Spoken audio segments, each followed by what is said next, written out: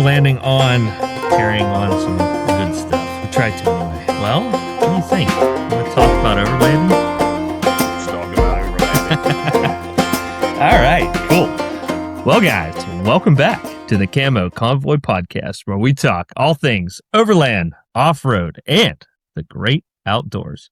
Tonight's special for all kinds of reasons. Number one, this is episode 50. We sat down 50 weeks. I think we've missed one or two. I think we've missed 4 total. 4 total. Yeah, that makes sense.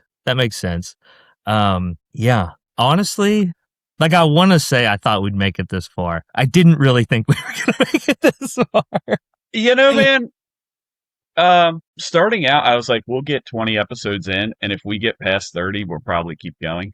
Yeah. Like I figured we'd run out of stuff to talk about, but we've stayed going. Yeah. And there's a lot of stuff that's cool in the pipeline, so it's exciting. Yeah. Yeah, I think we're going to keep chatting about overlanding and off-roading. There's a lot to talk about, and I may or may not like to yap if, you guys couldn't tell. Yeah, this is definitely something that I want to keep going for a while. Absolutely. So thank you, Aaron, for putting up with me as a co-host. Thanks for having me on. Yeah. Thank you guys that listen to us every week. Honestly, I figured we'd have not that many people, right? And in the grand scheme of things, in the grand scheme of podcasts, right, it's not that big, right? But it's way bigger than I anticipated it being. And Spotify and Apple are currently trajecting very high right now, which is really cool. So thank you guys. But what we would really appreciate is while you're there and while you're listening to our sweet, sweet voices, whisper sweet nothings in your ears or on your drive, if you could please give us a review, preferably 5 stars, because the more of those, the more people get to see our pretty faces, right? And if you do that, we'll read it on the show, which is really fun because most of you guys are pretty funny, and we really appreciate that. So today, Aaron, what are we talking about today? We are talking about the most remote places to go overlanding. Yeah. On the East Coast.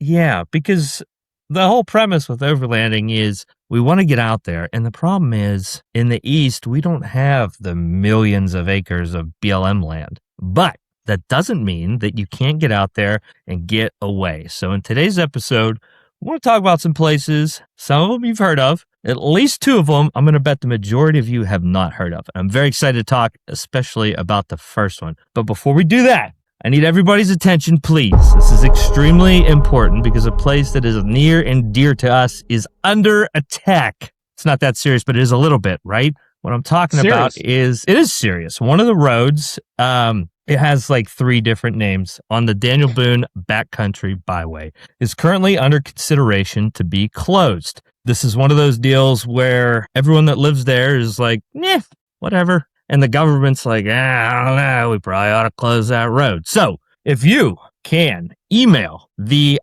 Owsley Fiscal Court Judge and the County Attorney, Henley McIntosh, I'm going to put their names, numbers, and addresses in this video. Obviously, guys, this is a call to send them a letter of why they should not close it, not for any other reason, right? This is a call for support of the Daniel Boone Backcountry Byway.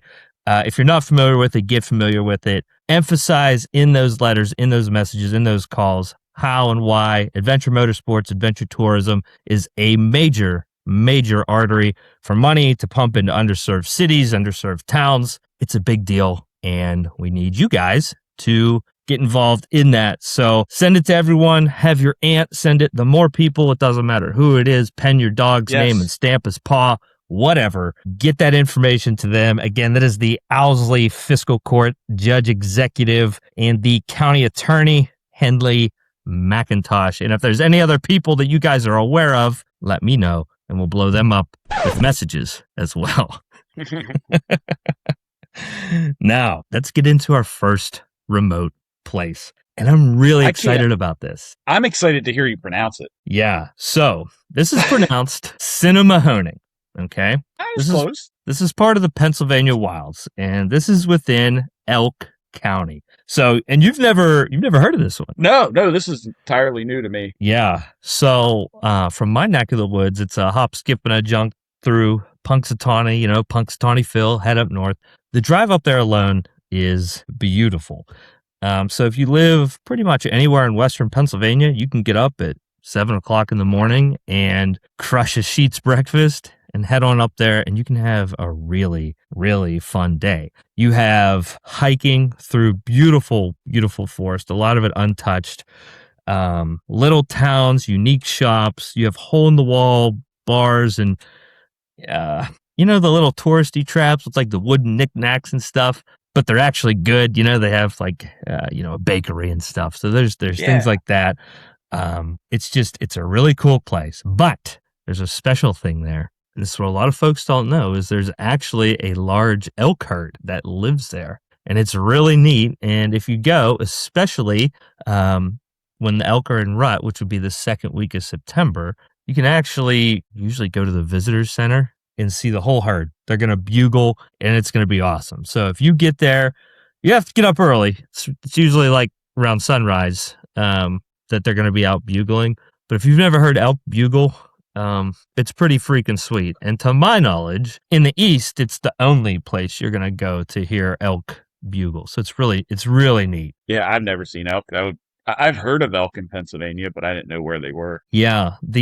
So I guess just some tips for there, if you do want to see them. The visitor center, the Elk County Visitor Center, that's where I would go first, especially the second week of September seems to be like a really nice hot spot, and it's right out back.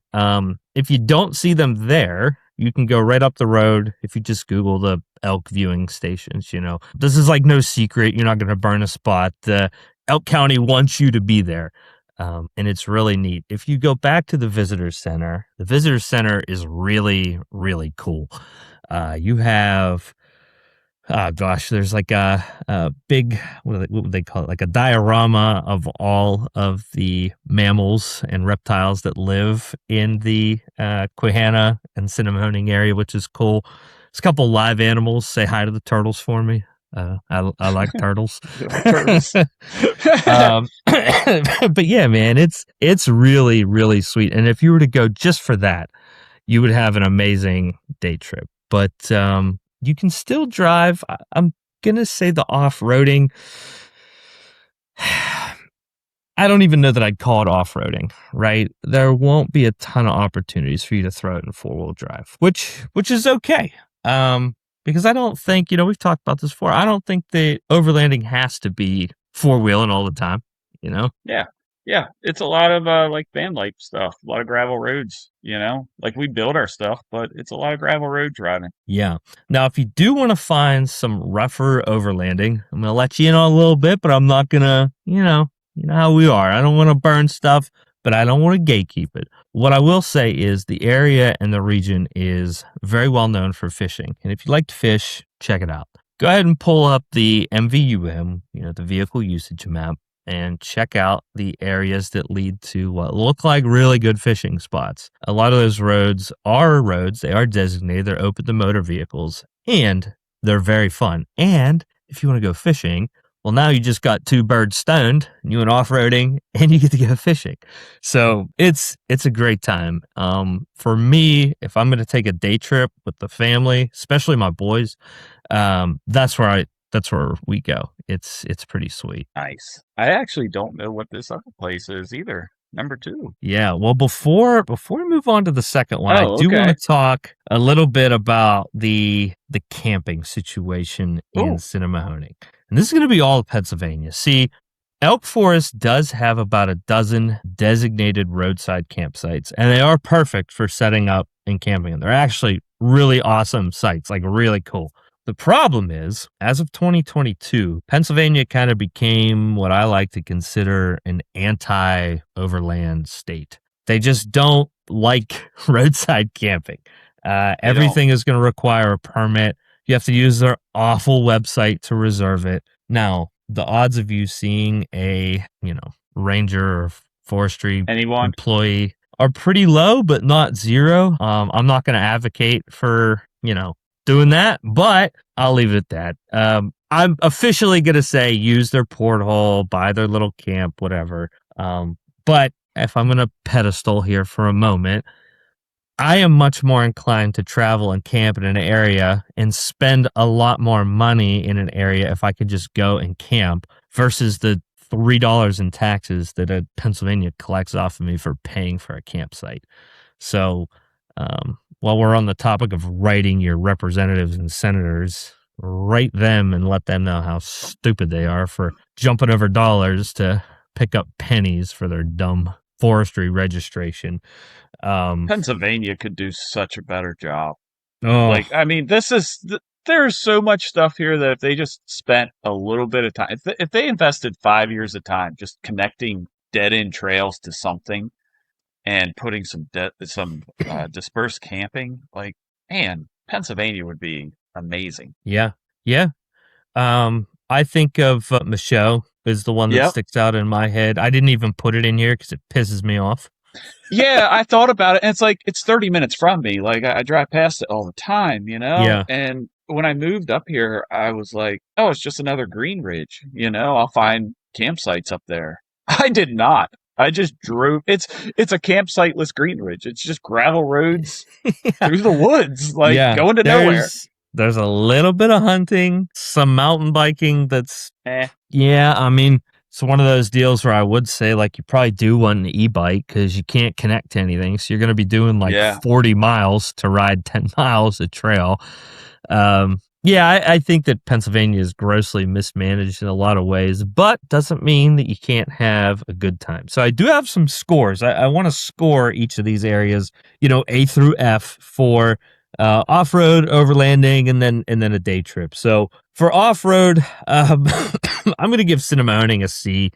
That specific region, there's a lot of gravel, but you're going to pass grandma and grandpa looking for mushrooms in a Corolla, probably. So yeah, you're going to be able to get on gravel and spend a lot of time on gravel, but you're not really off-roading.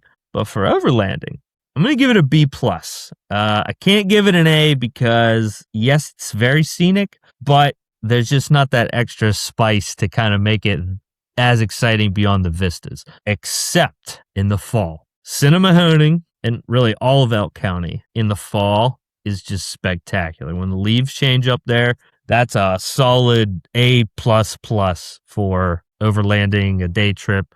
Even if you wanted to camp and stay, the weather's going to be sweet, and it's a pretty cool place. So, yeah, man, check it out. If you have any questions about that area, I frequent it a lot. I really enjoy it up there. My kids really enjoy it up there. The hiking is really cool. No one ever bugs you, which is really cool. And you'd be driving around and an elk runs across the road, which is pretty sweet. Cool. Never seen one of those before.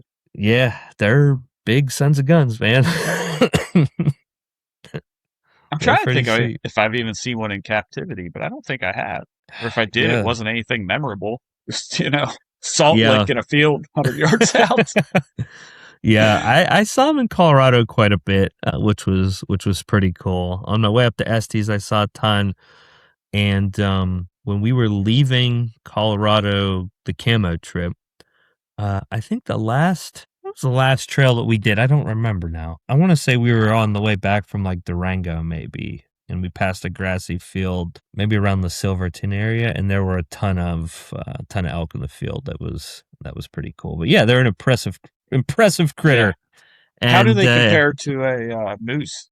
A moose is going to be much bigger. That is actually bigger. Like, other than, I don't know, I would say a moose is probably like the only four-legged North American critter that I've never seen. I've been in areas where moose live and I've never seen one, and it's killing me, man.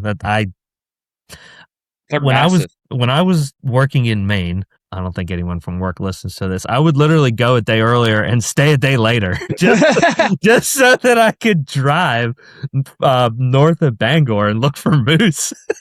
I never saw any, dude. Yeah, I'd love to see one. My sister was in Anchorage, and through our travels, we'd come up on a stoplight that was backed up. We're like, "What the hell's going on?" It's just moose in the middle of the road blocking it. But like, you don't realize how big a moose is until you're in a car, and you're like, "But yeah, this is why they kill people. Like, you just take their legs out, and the moose lands on you. Like, yeah, these are massive. Just bad design for a vehicle. Like, worst case scenario." Yeah. A bull moose is just, I I mean, again, I've never seen one in person, but you watch a video of one walking next to a car, and it looks like a freaking Star Wars AT-AT, like, when they Yes. Yes. so. Very much so. Yeah. So number 2, here's another one that nobody knows about. Have you heard of this one? No, I haven't. Okay, so this is in the Susquehannock State Forest region, but specifically, this is the Hamersley Wild Area. Now, Hamersley is cool because it is the largest roadless area in the state of Pennsylvania. It's 30,000 acres in Potter and Clinton County. There's not a single road in it. And you're probably listening right now and you're like, well, this is an overland podcast. How am I going to overland in there? Well, I don't think the goal would be to drive into there. I don't think that the Department of Forestry would be very happy about that. However, the Susquehannock forest around that is full of, dirt, gravel. You can have a ton of fun in. There's lots of places to park, and the hiking trails within the Hamersley Wild Area are awesome. I actually missed a CAMO trip to this to do exactly that. This would have been probably a year ago. I remember this. Yeah. I was so excited because I've wanted to hike and backpack Hamersley for a long time. And the plan for the trip was go out, run the trucks from Allegheny National Forest, come down into Hamersley, park the trucks, hike in, and set up camp backpack style. It was going to be really fun. 2 days before the trip, I started to feel not very good. I woke up the day before the trip and I was the sickest I have ever been, like, in my life, to the point where, like, usually if I'm like, oh, honey, I'm so sick, she's like, yeah, okay. She was like, we need to go. You need to go to the hospital. I'm not going to the hospital. I'll die here, kind of deal. But it was awful. And I ended up missing that trip. Unfortunately, a lot of guys did take it. I think Mike actually brought at least Luke, if I'm not mistaken. Did he bring his kids? Or no, you know what it was? I think that Mike accidentally had a kid's sleeping bag or something like that. Correct me if I'm wrong.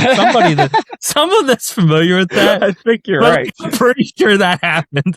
I think he had ordered. I think that they maybe sent. I think what happened was he never opened the thing, and he ordered like an adult backpacking, and it was a kid's one. I can see him being upset about that too. It's hilarious. Yeah, but I was super bummed to miss that one.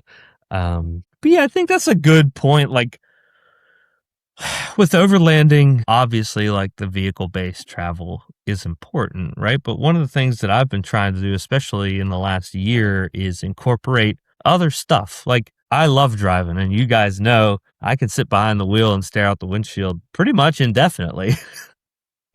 Same. Yeah.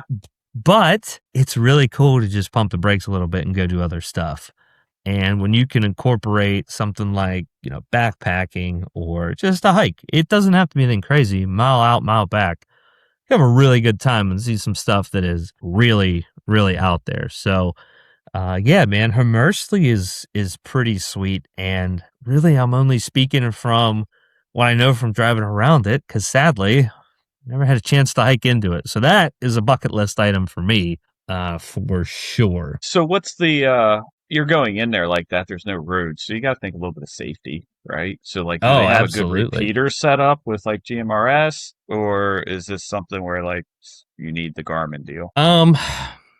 I'll be honest. I think if you were going to backpack, through there, I would probably bring some secondary form of communication beyond your cell phone. I know all the cell phones have satellite communication, but like if you're 15,000 acres away from something in every direction, right? And you fall on your cell phone and break it, no one's coming for you, Yeah.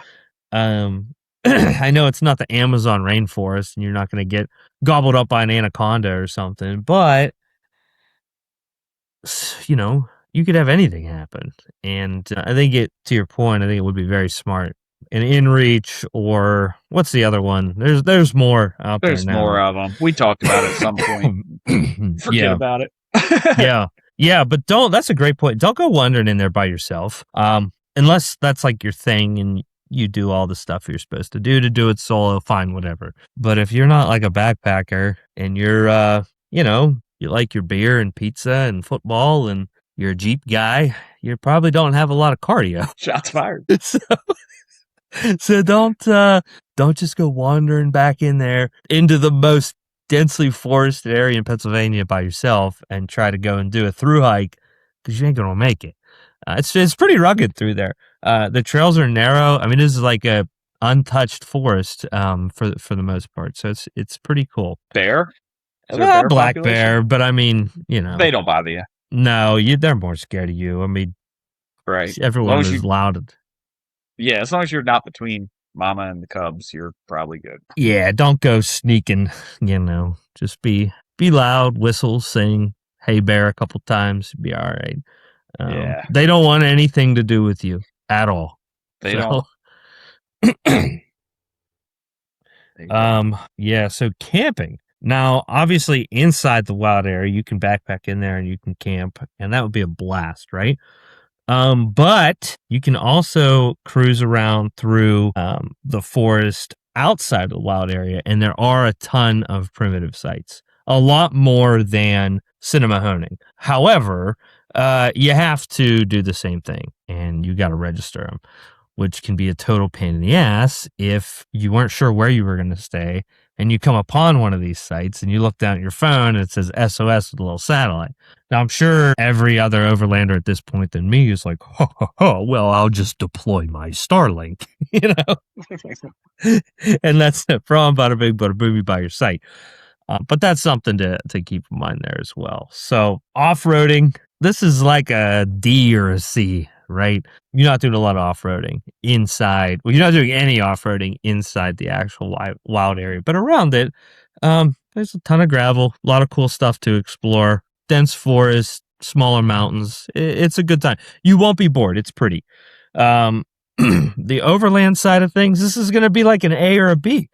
Excuse me. You're going to be able to do and see a lot of things that you wouldn't on your typical trip. A lot of overland trips are you pop into the small towns, you're in the mom and pops, there's a brewery, right? There's none of that here. It's all the wild area, which is pretty cool. So I think an A or a B rating for that difference is pretty cool. Probably a weekend trip more than a day trip, being like hiking. Yeah, definitely. I mean, I guess you could get up early and go and do a day hike, but really, I think to get everything out of it, I would Friday evening drive around, camp outside of it. Saturday, go in, do a hike for the day, leave, camp outside of it, and cruise home on Sunday. I think you could have a pretty good time. Yeah. So, what about this next one? This is kind of our bread and butter, Aaron. This is bread and butter. Yeah, this is George Washington National Forest in West Virginia border. This is the one I'm probably most familiar with, just because it's a quick shot down 81 for me. But it is massive, and there's a lot in it. Like a lot of stuff that even in Google Maps, you can scroll around and find points of interest. But the main thing is there's four-wheel drive stuff in this area. Yeah, and kind of fun ones, right? I mean, Are you rock bouncing? No. And keep in mind, we're not talking about any off-road parks. That's something we typically don't really talk about on this show in the overland context. There's lots of those in the region, but talk about overlanding. So yeah, what do we have here? We have Flagpole Knob. Everyone's run that. That's like a rite of passage, man. Like you buy your first overlander, and then you run Peter's Mill, and you go, man, that was really something. Let's go hit Flagpole, and then you go do that, and you need new underwear, and you come back to it 5 years later, and you're like, this is a gravel road. Yep. Yeah. And then what's the other one that we just did? Potts. Is Potts is George Washington, right? Not Monongahela. I think that's George Washington. Is that Jefferson? Where's Jefferson in there too? I think it's Washington Jefferson National Forest. Oh, okay. I think it's the official. Yeah. I think Potts is in there. My geography is way worse. It's close enough. Yeah. But Potts is cool, and I mean we've talked about it before. But if you're not familiar and you are looking for something that is not your run of the Peters Mill style off-roading. The next level really is Potts Mountain. Do I think it's as hard as, we've talked about this? No, it's not. But it is, you're wheeling. There's You're sections wheeling. in there where you're paying attention. The main obstacle line through some of them are pretty hairy, especially like if you're not in a buggy, that one rock wall's pretty insane. Yeah. Yeah. Actually, I actually haven't looked to see any videos of anyone doing that big ledge obstacle. I know people have. I haven't watched any videos. So if Yeah. anyone listening has done that, I'd love to see your attempt. I know there was a guy that just rolled there last year, I think, pretty seriously. I think you're right. Yeah. He tried to come down. I think that was the last video. He came down and like the left rear got light and it just bloop. Yep. Yeah. I don't have anything even remotely. I don't think I'd even send my RC cars off that, to be honest with you. Yeah, it just doesn't look like it's going to be successful. No, I would want a full cage to play those games. That's some big boy stuff. Cojones. Definitely some big boy stuff. But yeah, man, George Washington National Forest rocks. This is like the rugged part of Appalachia. It's not quite as down home as one of the other places that we're going to talk about here towards the end, but it is rugged, and you can get yourself lost in GWNF. Yeah. There's a lot of connection roads and just gravel roads going all over the place. Bunch of fire towers and stuff through there you can check out. Yeah, we have Tasker's Gaps through there. Not very difficult, but one of my favorite general. Go ahead. Bald Mountain, is that part of it, or is that Shenandoah? On the other side yeah, I think Bald Mountain would be. Yeah, I think so. So yeah, that's a fun one. Over the years, it's got a lot more torn up, so it's not that boring anymore, which is cool. I like that. I think that makes it more fun. I almost flipped on it, so yeah. I mean, you get bored, you try to flip your truck. That's what happens. Yeah, you'll have that. But yeah, George Washington National Forest is huge because, we're talking about Bald Mountain, but also you flip to the other side. One of my favorite general stores ever is the Brandywine General Store, which I believe is right at the edge there of the George Washington National Forest. It's actually on the West Virginia side. I think that's Pendleton County, if I'm not mistaken.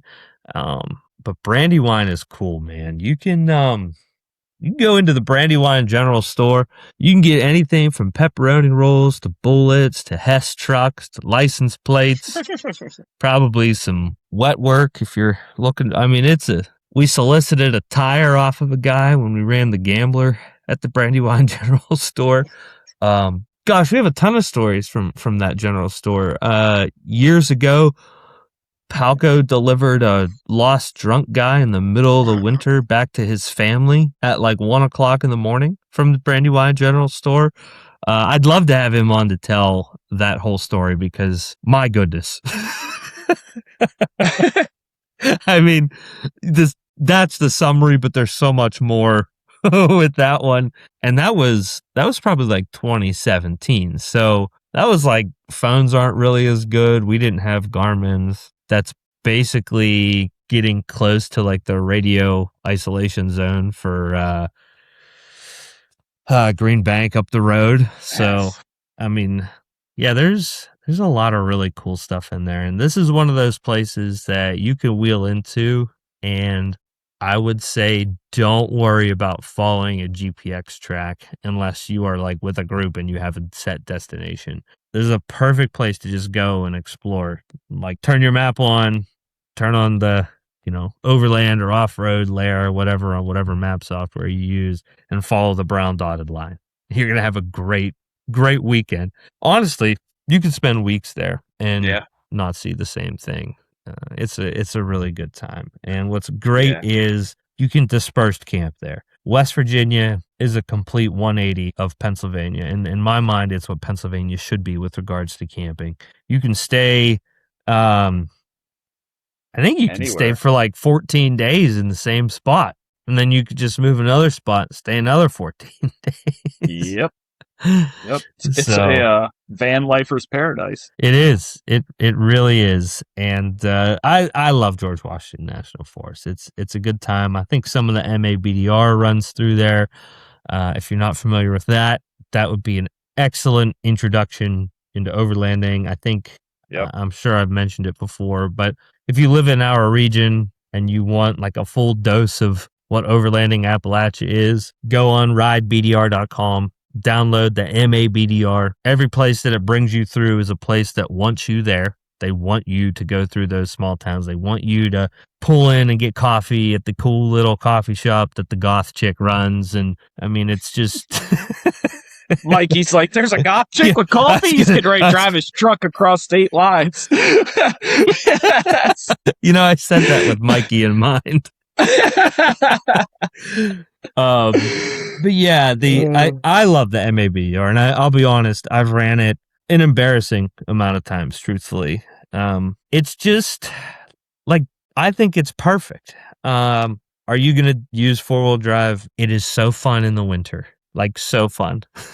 I know that my co-host here doesn't exactly like the cold. I can picture this. But if we are blessed with like a pretty serious snowstorm and you run the MABDR starting in Covington, Virginia and heading north, you will have so much fun. It is just, I can think back over the last 10 years of all of the trips that we have taken there in the snow. Every single one of them has been so memorable and fun.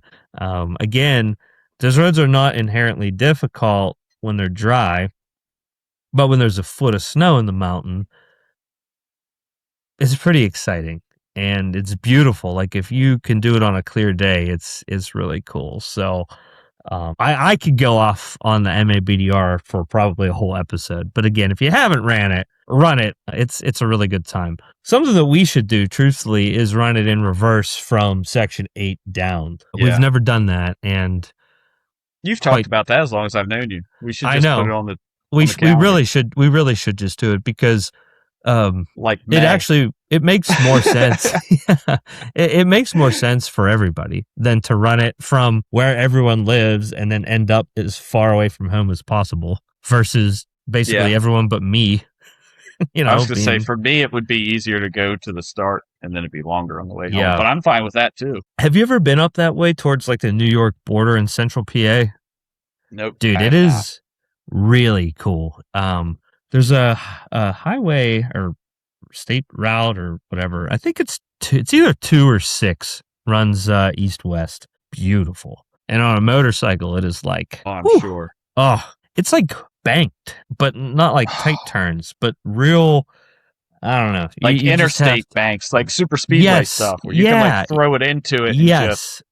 Yeah. Yeah. My dad and I rode...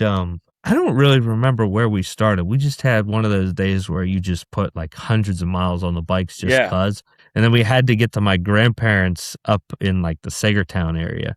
I think they were in Cochranton at the time, actually, but Erie, headed towards Erie, up 79. And we were like, wow, we got to get like halfway across the state. So we wound up on that. I think it's 6. I think it's Route 6. Dude, it was so fun. We did not do elk appropriate speeds through there by any means, but it was a really good time. So, but yeah, to score George Washington, I mean, off-roading, I got to go at least AA- for that. Would you agree? Yeah, I mean, if Potts is in there and the chat says it is, so yeah. If Potts is, we got to go A+, right? I mean, yeah. And Overland, honestly, I got to go AA+ as well. I mean, it's that good. Yep.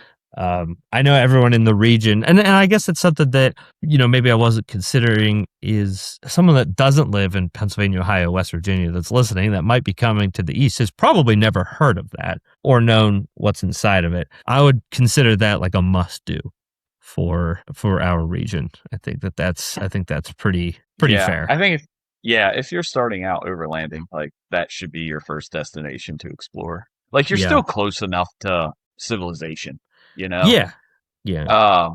There's enough of us out there. Yeah. There's a good variety. It's well traveled. Like yeah, you're remote, but you're not that remote. So Yeah.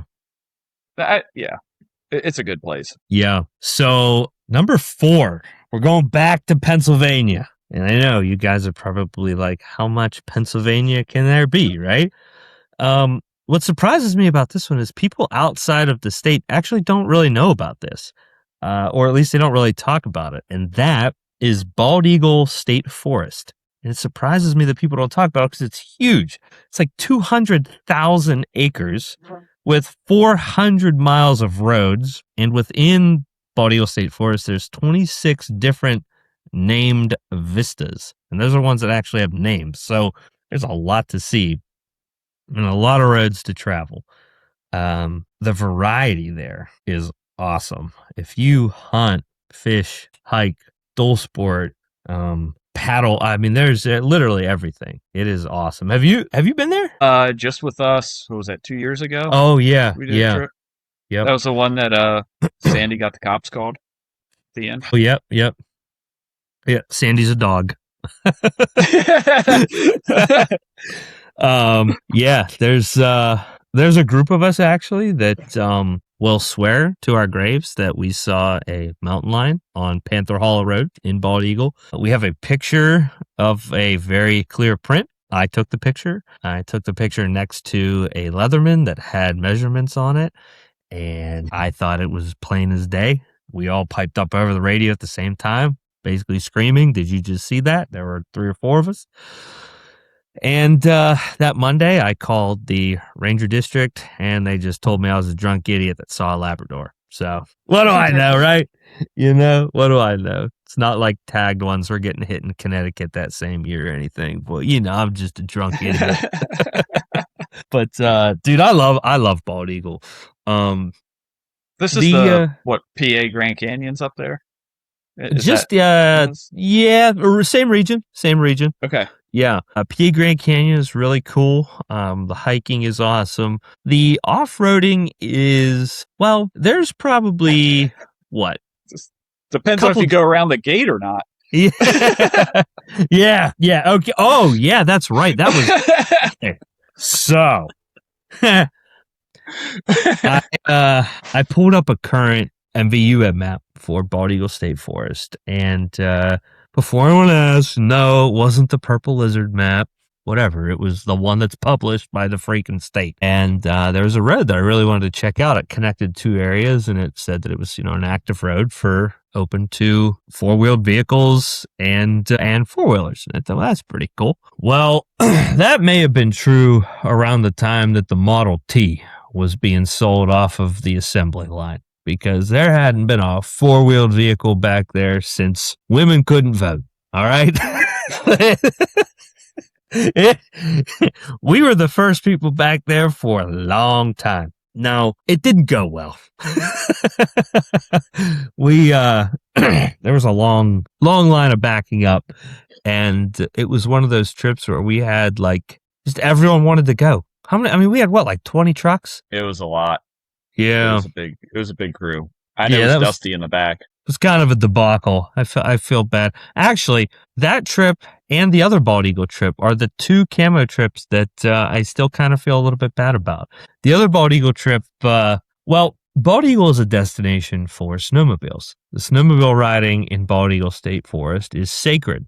It's beautiful, and there's all kinds of snowmobile clubs that think that they are the promised recipients of that roadway. Thousands of years ago, they were promised that roadway. All right. And if you, non-sled user, operate on that road, you're a satanic demon. They hate you. You're ruining whatever. The road's still open. You're wrong. Right.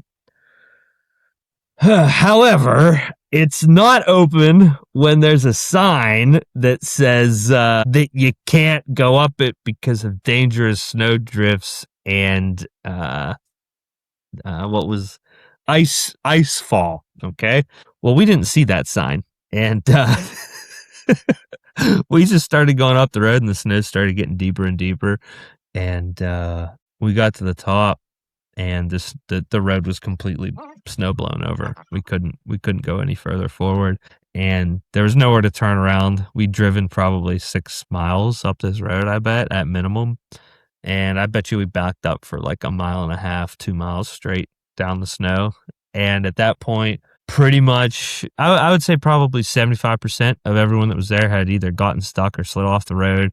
We made it 5 minutes into the trip, and a tow truck lost control coming down the hill and almost bowled into all of us. It was nice. I feel awful about it, and everyone that went was like, that was the most fun trip ever. That was so fun. And I'm like, what is wrong with you guys? I was literally sweating. Miserable. I felt so bad. I'm like, there's all these people, there's folks I'd never met before, and I feel so terrible. I think we made it like 14 miles in a 12-hour period. It was pretty bad.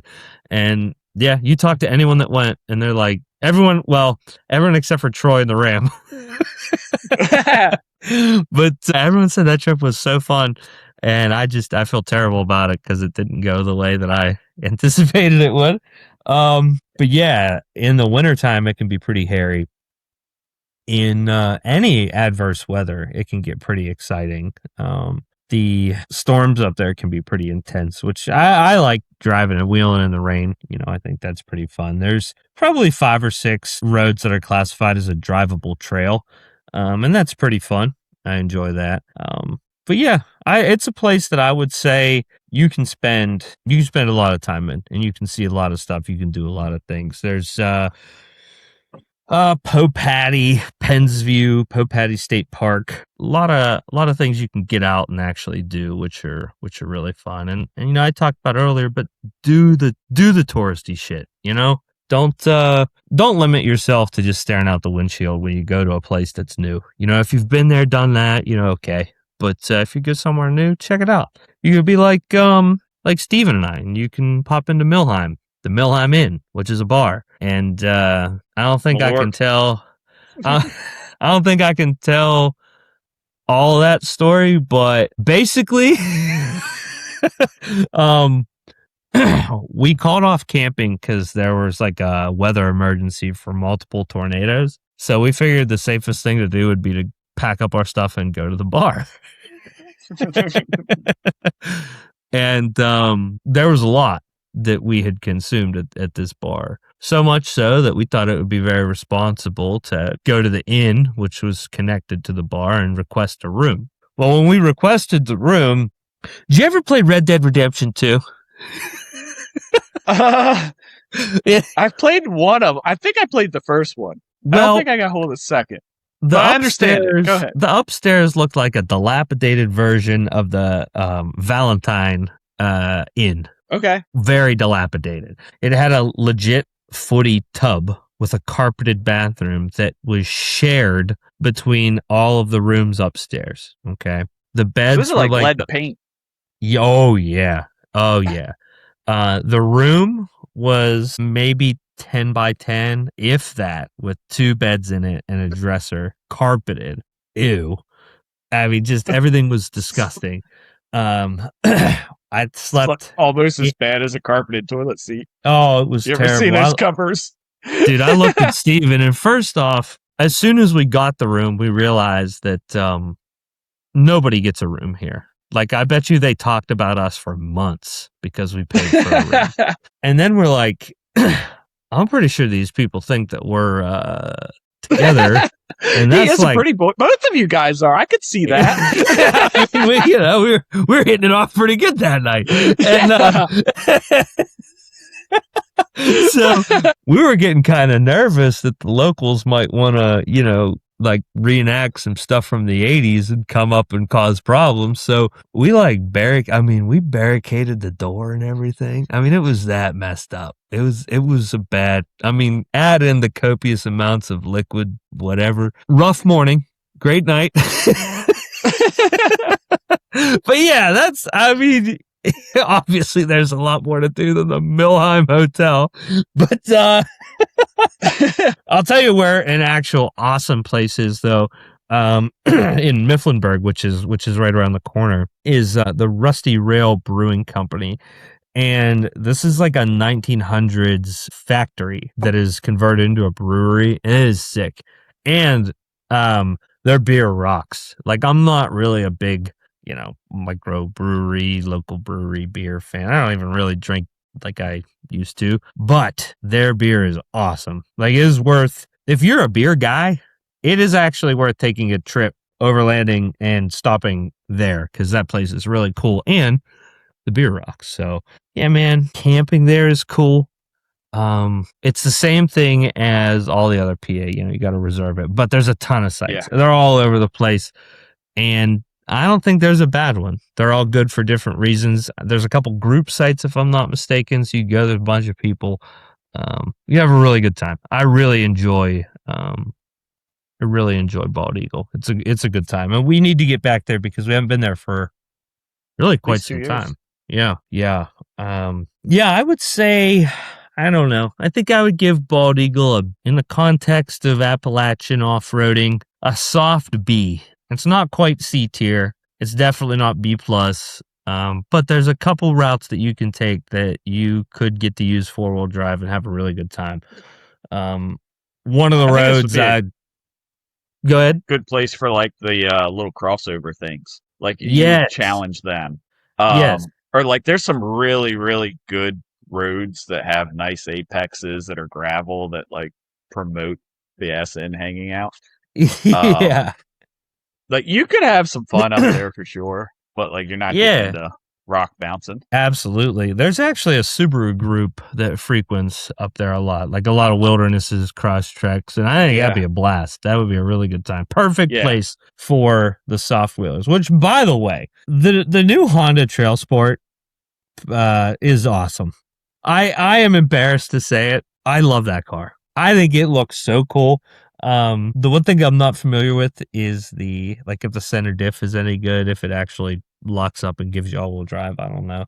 But man, I saw an orange and gray one, or orange and black, whatever it is, today. And dude, they're pretty sweet. And they have a lot of ground clearance for a fancy minivan. Yeah, Honda, Honda's a weird manufacturer. They've got the dirt bikes and the four-wheelers, like side by sides. Like they're in that world. Yeah. They don't have anything in the overland scene. Like they're trying to. Like, they're running rallies, like endurance rallies, big rallies with was it the Passport? Yeah, the Trail Sport Passport. Yeah. Yep. Yeah. Like Honda's like right there. If they could just put something out there, I think it would be a hit. Like they need something, some sort of small truck. Like why is their only truck a Ridgeline? Like give me a body on frame, like half-ton, three-quarter-ton truck from Honda, like frosty cold air conditioning and probably a motor that goes forever. A direct competitor with an F-150 and a Ram 1500. Yes. I would buy that in a heartbeat over a new domestic truck. Yes. I'm wearing a Blazer shirt. Yeah. Take the Ridgeline and put it on a body. Yeah. Solid axle rear. I'm fine with independent front, but I don't know what motor. I want a real truck. They'd have to make a motor. Care, man. Like everything's 4-cylinder. It would be good. V6 turbo. Yeah, like I would. If I'm going to buy a small turbo motor, it's going to be from Honda. Oh, absolutely. Not Chevy. It's just, man. I'm a Honda dirt bike guy, even though I don't own one. But like, I'm a huge Honda fan. Yeah, I'm pretty team red. I mean, I think for dirt bikes, I'm kind of a Cali guy, but regardless, I like Honda a lot. I'm sorry. Go green, baby. But yeah, I wish they would do that. I don't really know why. I don't think that it would take away from their Ridgeline sales. Like no one who's buying a Ridgeline would consider. I mean, it's nowhere near like Subaru having a Forester and an Outback, which are the same damn vehicle. Yeah. So yeah. I mean, the people buying the Ridgelines are not the people buying F-150s. Yeah, and I mean, anyone like I at least would assume that there are some folks that are in my boat who like I would never buy another Ford. Truthfully, I would never.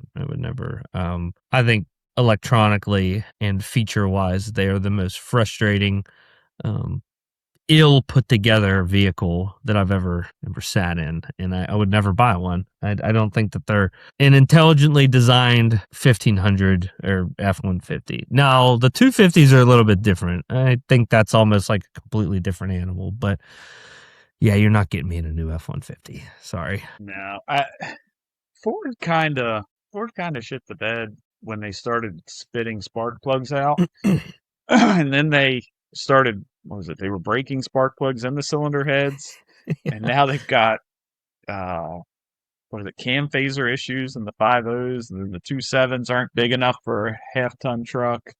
Yeah, I mean, and this is coming. I grew up like Ford guy. I had a Ford belt buckle that I wore every day. You from would the time, be that guy. yeah, Massive from the belt time, buckle right in yeah, school. absolutely. It was old school with the cream background and the blue oval. It was sick. Yeah, I had that for a decade. I loved Ford, and then they just. I didn't even care about the Triton era. I'll still fight that the Triton's a damn good motor. Sure, they didn't know what to do with manifolds and spark plugs, but regardless, I fully agree. I think that I would love to see Honda manufacture something bigger. But yeah, tagging back to Bald Eagle here, if you do have something that's one of the kind of obscure overlanders, like what we talked about, last week, Bald Eagle's a fantastic place to take it, and you'll have a blast. You have a really good time. Yeah. Look up the drivable trails, and you'll have a good time. I really think that I would feel comfortable giving a Bald Eagle an A for overlanding in Pennsylvania. There's a lot to do.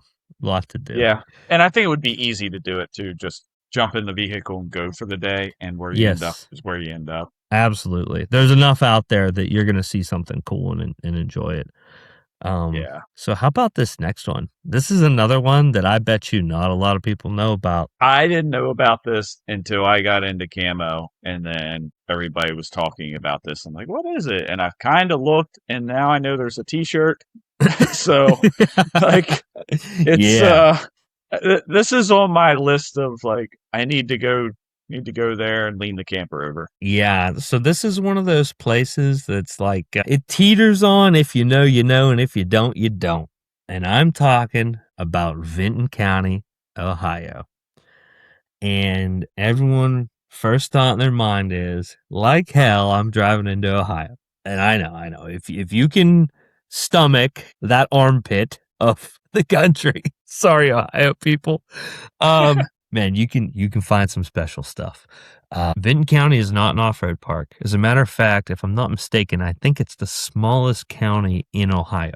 It's not big, but I'm pretty sure every single resident in Vinton County has a Polaris Razor, okay? And they're addicted to Bud Light. That's not necessarily a good thing, but it's a great thing if you like off-roading on some old-ass county roads, because there are some that are so fun. I would say top 3, maybe top 2 off-road experiences of my life, night wheeling in Vinton County, Ohio. The vibe is not normal, though. You're almost metamorphosizing into a side-by-side guy. I'm talking like the radios go. If your radio's not on, just turn it on. Something's gonna happen. There's a visceral reaction where something's gonna happen.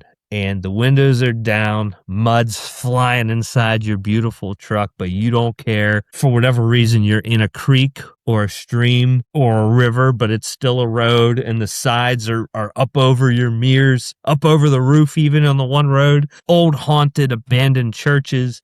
Dude, it's really fun. Like it's really. I get excited talking about it. You do, yeah, yeah. I'm gonna be straight up honest though. I'm usually very, very liberal when it comes to like, oh, you can bring whatever and have a good time. If you bring a crossover, you will not bring it back. I'll be honest with you. Like, don't challenge that. Don't, it's not worth wrecking your stuff. I wouldn't like, I typically say bring your stock stuff. You'll be fine. You have to be a damn good driver and have good tires. And be a little bit lucky. I still probably wouldn't bring stock stuff to Vinton County. I mean, you can. We had Brant. Brant came with us, and he did great. He had a couple times where it just ran out of torque converter, but he didn't have any issues. I basically pulled Alex the majority of that because he swamped his Pathfinder. That's when he sucked in all the nematodes into the valve body of this. But yeah, man, you're gonna have a great time. And the thing that you do need to make sure of is just because there's a road and a path there, I'll be mindful of what's public and private and a county road and what's not. Because just because there's side by sides cruising around on it, that might be Jim Bob's farm that's related to like 37 other people in Vinton County, and you are not welcome there in your Land Cruiser. You know what I mean? So, be mindful of that. Be mindful of the side by sides. They're side by side people. So, be mindful of that. Camping. So I don't know of any camping directly in Vinton County that's like legal dispersed camping. I mean, I'm pretty sure it's customary to just pass out drunk wherever you are, and it's like in daddy daycare, just flop where you drop or whatever, you know? I think that's an Ohio thing. Yeah. But you're like right next to Wayne National Forest, and you can go do the National Forest camping in Wayne. That's what I would do, right? I would, I think Lake Hope is out there. Lake Hope is pretty cool. There's Zaleski as well, and those are going to be some established camp areas, some primitive options that you'll be able to check out, and they're very cool. I would suggest against the place that CAMO went. Strange individuals. We met a gentleman that had a camper, like a tow behind camper. This wasn't like an off-road camper. This was like a 1988 Coleman, whatever the biggest pop-up was that you could buy in the 80s. And the dude had like 1,000 candles lit inside of it. And we all were like, that seems dumb. Yeah. So we get in the trucks, and Alex tried to do a submarine impression and swamp the truck. So we get it towed back, and we drain half of the watershed of the Ohio River Valley out of his transmission. But when we pull into camp, this guy's camper was just a black crisp. That was literally not, it must have been the most flammable freaking camper. And I don't even think the fire department came. Like I looking back, I don't recall a single sign that anyone even tried to extinguish this raging vehicle fire in the middle of the woods. I think everyone was just like, well, shit. Like, unbelievable. But yeah, man, you can go. I to got Vinton a good County story for this, but this is an off the air story. You can go to Vinton County and have a really, really good time.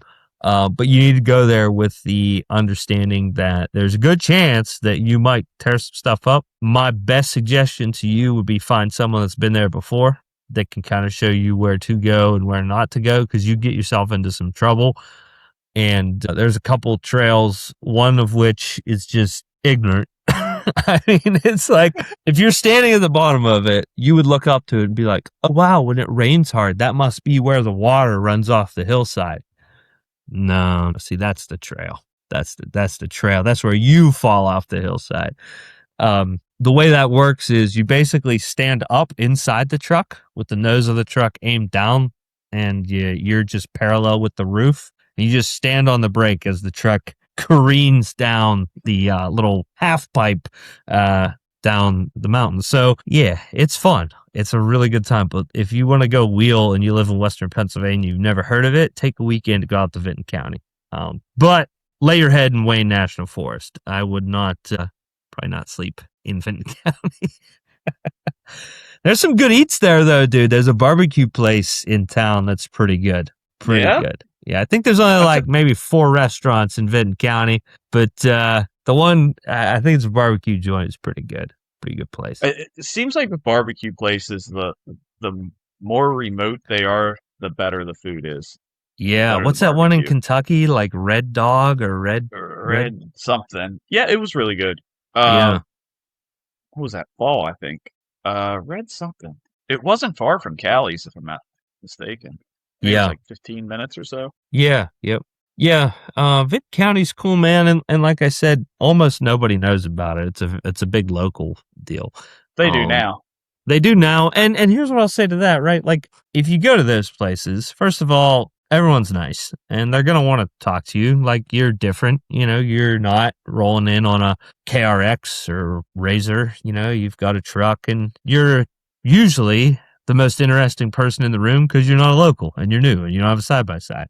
So tell those people, like, hey, I tour around and I off-road in different places and I like to pop into small towns. And my advice is plant that seed everywhere you go. When you talk to somebody, just mention, like, I tour around in off-road vehicles and I pop into small towns. And as many people that you can tell that your hobby is driving off-road and spending money in small towns, the better. Because if we all do that, we're going to keep being able to do that. These people that live in small towns are going to advocate and be like, hey, I don't know why these guys like to be poor, but they really like wasting money and gas doing this, and it makes us a lot of money. It's great. And just spread that word, and it'll go far for sure. Yeah, that stuff makes a big difference. Yeah. Local relations. Absolutely. Yeah. I don't know. I mean, again, I don't know how friendly I want to be with folks from Ohio, but I guess Ross can stay. So the last one here, man, this is my personal favorite. Hold on, you got to score. Do we score it? Oh, I didn't score it. You're right. Right. Yeah. So this is a plus for off-road. It's the best off-roading on the list. It's not as vast or anywhere near as vast as Kentucky or the Daniel Boone National Forest, which I didn't put on the list because everyone knows about that one. And if you don't, go learn about it. We talked about it in the beginning. But yeah, man, off-roading rocks. For overlanding, it's probably like a B, you're going to have to leave the town area that we're talking about. But Wayne National Forest is right there, and Wayne is beautiful. You're kind of like a hop, skip, and a jump away from Hocking Hill, probably. If you've never been to Hocking Hill, that's pretty cool. Go check out Old Man's Cave. That's pretty sweet. You ever been there? No. Hocking Hill? I haven't been pretty to any cool. Of that. Pretty fun one. Hocking Hill's a good time. Good hiking there. Not a lot of overlanding type stuff, but a lot of cool stuff to see and swimming and stuff like that, which is fun. But yeah, man, check out Vinton County. If you had fun at Potts or you're considering Potts, find somebody to take you to Vinton County. And I'm gonna be honest, do it at night. It's just better. It's just better. All right, man. Number 6. This one rocks. This one kicks ass, man. This is this was a camo introduction for me. I had never been out to it until you drugged me out. This is the Monongalia and National Forest in Pocahontas County, West Virginia. Yeah, the Monongahela. Is that what it is? Yeah, Monongahela. What did I say? Call it, Monongahela? I butchered it. I think you just summoned rain. I think there was just a lightning strike outside that was some sort of curse. Awesome. But yeah, this is the Mon in Pocahontas County, man. This is just perfection. It's that good. We have 350,000 acres of public land. That's public land, not just like land area, public land for you to explore. That is a ton. You're going to run into all kinds of stuff. You can pick ginseng, hunt mushrooms, go dog watching because the state flower in that area is a gray Toyota Tacoma with bear dogs in the bed. Actually, dude, that's exactly how I got my dog. Oh yeah.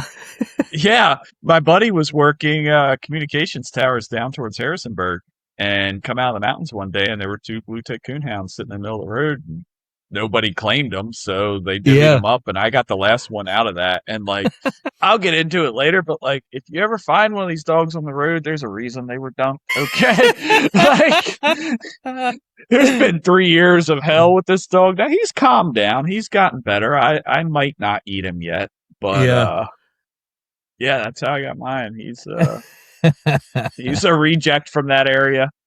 It was funny, man. We went to one of our favorite campsites there. I don't know. I think it was like last spring, and I had Piper with me, and we were like, Radar is my dog's name. I was like, man, it's gonna be nice to get away from Radar. We don't have to hear him barking this weekend. And we rolled in, and the guy on the other hill had a whole trailer full of them. Cut them loose at like 11 o'clock at night. Like 30 of my dogs just screaming through the woods till like 3 a.m. It's amazing. I was thrilled about it. Oh, I'm sure. The Monongahela, all of the other places have kind of a touch of modernity to them, right? Monongahela does not. This is the holler. And if you are like a Nova guy, if you live like in them rich parts of Virginia and you never left there, you're fixing to learn something when you come into Pocahontas County, Randolph County. This is different. These are the nicest people you will ever meet in your life, genuinely. However, should you be a jerk, you're probably going to get killed. With banjo music. Yeah, these are the haulers. This is what the stereotypes are about. There's genuinely people living in structures that are stacked vehicles, sheds, like bubbles. Like, this is all real stuff. And purple Grand Caravans. Yeah. Gosh, there's a lot of it. There's stuff that if you haven't traveled to see, you didn't really realize that poverty existed like that in the hills. And it does, and it's real. Yes. Yes. And the other thing too is, like, I don't want to say this area is bad for it, but the entire region, like the drug use out in the areas like that, or heavy alcoholism, is like, you don't know what you're walking up to or what's walking up to you. Yeah. There's, I would never say, like, you're not unsafe. You're not more unsafe there than you are anywhere else. But the odds of you seeing something that's like, what? Yes. Are a lot higher if you are on the fringes of the woods near some folks' houses and stuff. It can be pretty interesting. But man, when you're in those woods, they're endless. And oh yeah, they are. You can camp damn near anywhere. I think it's West Virginia. Yeah, pull over. Find a tree. This one looks like a good place to piss tonight. We're gonna camp here. It's that simple. For me, the Monongahela is the Mecca, truthfully, for our region for overland. I don't think that you can even touch anything remotely close to it until you get up into Vermont, Maine, New Hampshire, maybe. It's just, I've been up there, not as extensive as West Virginia here, but some places in this area specifically that are very dear to me. You guys have probably heard me talk about Cass Scenic Railroad a lot, the town of Cass. It's worth checking out. If you've never, first of all, if you like trains, go online and buy the next ticket to ride a Shea locomotive. It is it's awesome. You'll do the full one, do the one that goes from Cass to Whitaker Station, then from Whitaker all the way up to Bald Knob. The view from the top of Bald Knob is amazing. The people that guide the trip are really cool. And then when you're done, I think what's the restaurant called? Is it the last ride? Am I thinking of that right? It's the Railroad Cafe, at the bottom of the depot, at the train depot. It's awesome. I try to go there at least once a year, and it ends up being like 3 times a year at this point. But it's just one of my favorite places, period. Trying to think of some other ones that aren't, gonna God Near Knob is one for me that I think is awesome. I think everyone should see what an old growth forest looks like. That's pretty sweet. Yeah. I think Blackwater Falls area is on the northern side of this. Yep. So you've got the fire tower there and some other it's so natural massive. Disasters, ecological disasters. Go swim in Davis Falls. Douglas Falls. Yeah, don't swim in Douglas Falls. No matter how interesting that water looks. Don't.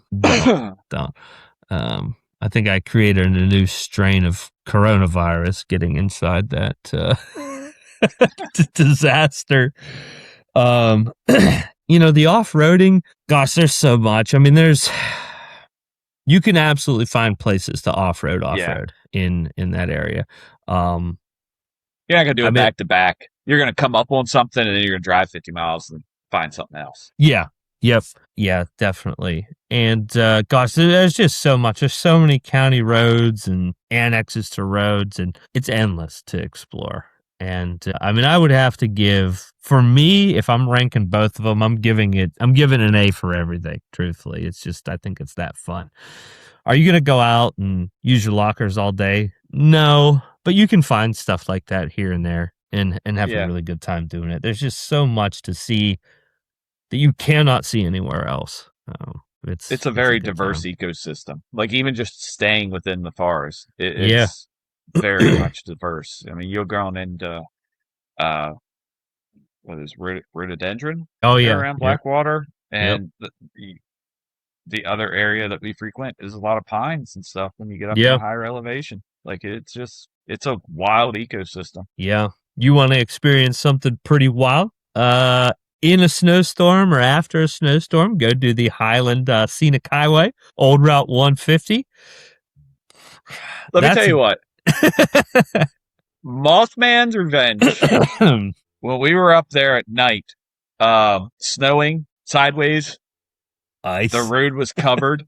I've never been up there. I didn't realize it was as big as what it was. So I was like trying to make time with the 24-hour thing. And I'm like, I think I might actually be in the median strip here. Just 70. I think I was running in the snow at that point. Oh, yeah. And thankfully, it's like 2 or 3 lanes. Like I think I was actually. And it's wide too. Yeah. It's wide. Yeah. Yep. But in my head, it was like a 2-lane road with a wire, like, guardrail divider down in the center, and I was just like, well, if I stay a lane and a half off of that, I should be good, right? And like if it emerged down into one, I'd have never known, man. Yeah.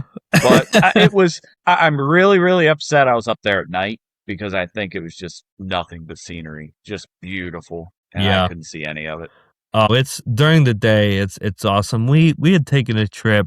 We did that, and I think we ended at Cass actually for a brunch, and there was a ton of snow on the ground, but it was a perfectly clear day. So we got to see, blue skies, but snow on all the peaks. And it's high. It's like 4,400 feet or something like that. It is, I think, for some of the tops, which I think the highest point is Spruce Knob, if I'm not mistaken, which is like 47 or 4650 or something like that. So you're very close to one of the highest points, and you can drive up there, which is cool. Some other places that just rock is the Green Bank Observatory, right in the middle of our radio isolation zone. There's no cell service. There's big giant radio telescope that actually drives on tracks, to position itself, and you could tour it. Of all the times that I've been down there, I've never toured it. I don't know why. I need to. I'd really like to see it. This was actually a conversation I had with a friend recently of like, I think it would be nice, maybe not every camo trip, but some of them. We need to start going in places and exploring like points of interest, like that observatory. We've been past it how many times, and none of us have ever been in it. Like it would be cool to roll in 15 of us, 20 of us and check it out. Yeah. Yeah. Well, and if you think about it too, like we do that pays the staff for the day. You know what I mean? Yeah, exactly. Yeah. Like we go, and it's not just camo. I'm bad for it. I go someplace to go 4-wheeling and then hit up the Bojangles before I leave, and it's like, it would be nice to go to some of these places and jump into the local place and put some money into their economy and keep going. And those people are always the best too. It's always the nicest people.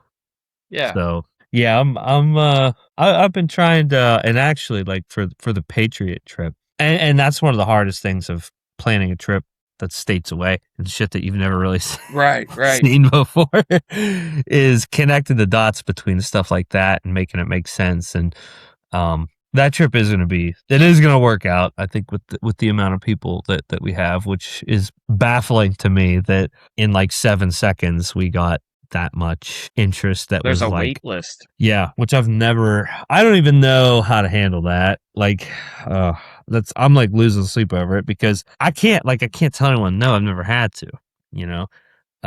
As long as I can find camping that will hold us or multiple areas that will hold us, probably just going to send it, but I do want to emphasize, like, let's say that we do have, I'm just going to throw out 20, right? Like, if we pull out and we all have the GPX and we all have radios and you got to stop and pee because you didn't pee, you're going to have to just catch up. Because if we do that kind of deal, it'll be really hard to keep moving. And I think It depends on the crew can. too. Yeah. Know? I mean, if we have the Michigan dynamic, we can do anything. That's what I was thinking. Honestly, like the Michigan trip was great. Like we covered the whole Upper Peninsula, really. Yeah. But like thinking about the places we went in, it was like that gas station at the beginning with the smoked fish. Yeah. And we hit the other gas station. What was that, day 2, 3? And it was just morning poop stops. Yeah. At another gas station. Like we never really stopped. Not that we needed to, because like everything we went to was amazing, but we never stopped and put money into the economy at any place. Yeah. Which, I thought that was really interesting. We all strangely got excellent fuel economy up there. It seemed like we did. I wasn't at interstate speed, so I was doing pretty good. Yeah. Yeah. I felt like, it was noticeably better for me. Because we covered, did a lot of miles and we don't have to stop a lot, Yeah, cool. I think I was seeing like 19 to 20 miles per gallon with what we were doing. But yeah, I want to your point, I want to stop more. I can't be hypocritical and preach all the time about, stop and put back. But if all I'm putting back into is sheets, like, I'm sure Tom Sheets is like, hey, thanks, bro. But like, right, that doesn't help, the little guy. So I want to make sure that I emphasize doing more of that. And I'm trying, we stopped at that little mine shop, in Michigan. Yeah, that was cool. Those folks were ecstatic. They sold us rocks that glow in the dark. Well, sold me rocks. They sold me rocks too. So yeah. But like if we say, hey, we're gonna stop at like that, I think it was it Delaware copper mine? I think. Yeah. Yep. Yeah. Like if we say, hey, we're stopping here, you guys have 1 hour, wheels are rolling. Yeah. Hour 15 from right now. Like that's cool with that. And we all split up and go check out whatever. Like that's exactly so. This is kind of a terrible comparison, but really I want to kind of treat it like a cruise ship. Like, hey, we just landed on the island, but the ship's sailing at noon. So, lunch is not being served once the ship departs the docks, Yeah. Yeah. And honestly, that works well. I think that, folks like that. And one of the things that and one of the things that I am noticing too is the regulars in CAMO and even the newer guys that have got really involved have all molded into a very streamlined team, if you want to call it that. Like, I would feel more confident today taking 20 guys who are all about it right now versus 20 guys 10 years ago. That was that, like, some of those, like, the one that comes to mind is like the Father's Day trip in like 18-ish. For whatever reason, that trip was just massive. Everyone wanted to take their dad, which was cool. I really did enjoy that. But my gosh, my max tracks are loose. I think I have a zipper open. Something's rattling back here. Oh, you should charge for this. Is that Mickey Mouse? Huh? But it's we've come a long way, and the guys, we're damn near a rolling militia at this point. So I feel like I think we can handle things and be efficient with it. And I think if we do that, where we do stops that are planned, and like you said, you kind of do your own thing, explore. You want to cook a big lunch. You want to eat a sandwich and go hike for 30 minutes. You do that too. So Yeah, I'm excited. I know I haven't released anything for the Patriot yet, and I'm apologies for anyone that's listening. That's waiting for it. I There's say a do it lot. like 24 hours, week before, or day Honestly, of. dude, Like, honestly, it would just be so much easier. Like the start location is already posted. That's all you guys need to know. that's all they need. Dude, you know what? All of us are traveling at this point. Yeah. None of us live up there. Benton, Yeah. maybe, Yeah. but like put that and then point, and I would like, that's how I run camo trips anyway. I don't Yeah. download the GPX. Like, I've got somebody Yeah. I can follow, somebody Yeah. else knows. And this way, like, I'm not disappointed if we don't do something. Everything's new. It takes so much brain power out of it. You just go and Yeah. you're surprised at everything you get to. Well, and when we did Vermont in 22, I think is when we went to Vermont. That was kind of how I ran Vermont. It was just like, well, we're north and we need to go south. Turn to dirt. Or great. So I know there's, everyone wants, I want to see this, I want to see that. And I probably will have, not probably, I will have a route that I post. But I am going to be very clear, especially with this one, is that this is an outline. There are no misturns on this trip. It's just it's the way of the road. The way of the road. Yeah. So I think which was really similar to how Michigan was supposed to be. It just so happened that the outline worked. Dude, that worked really well. Like, I've Yeah. thought about that. And just coming back from the beach, like the difference of Dewey Beach and mouth of the Huron, oh my gosh. Like, I'm not a ocean beach fan, but I am a Great Lakes beach fan, like, Yeah. big time. Even in the cold, like, it was a little nippy there at night, Yeah. with the wind blowing off the lake. But man, like, I don't know what the difference is in the sand. The sand off that lake was like, it was so nice. It didn't stick to you. Maybe I wasn't sweating. Maybe that's what it was. But like, it Well, wasn't I think that's everywhere. it. Weren't hot and sweaty.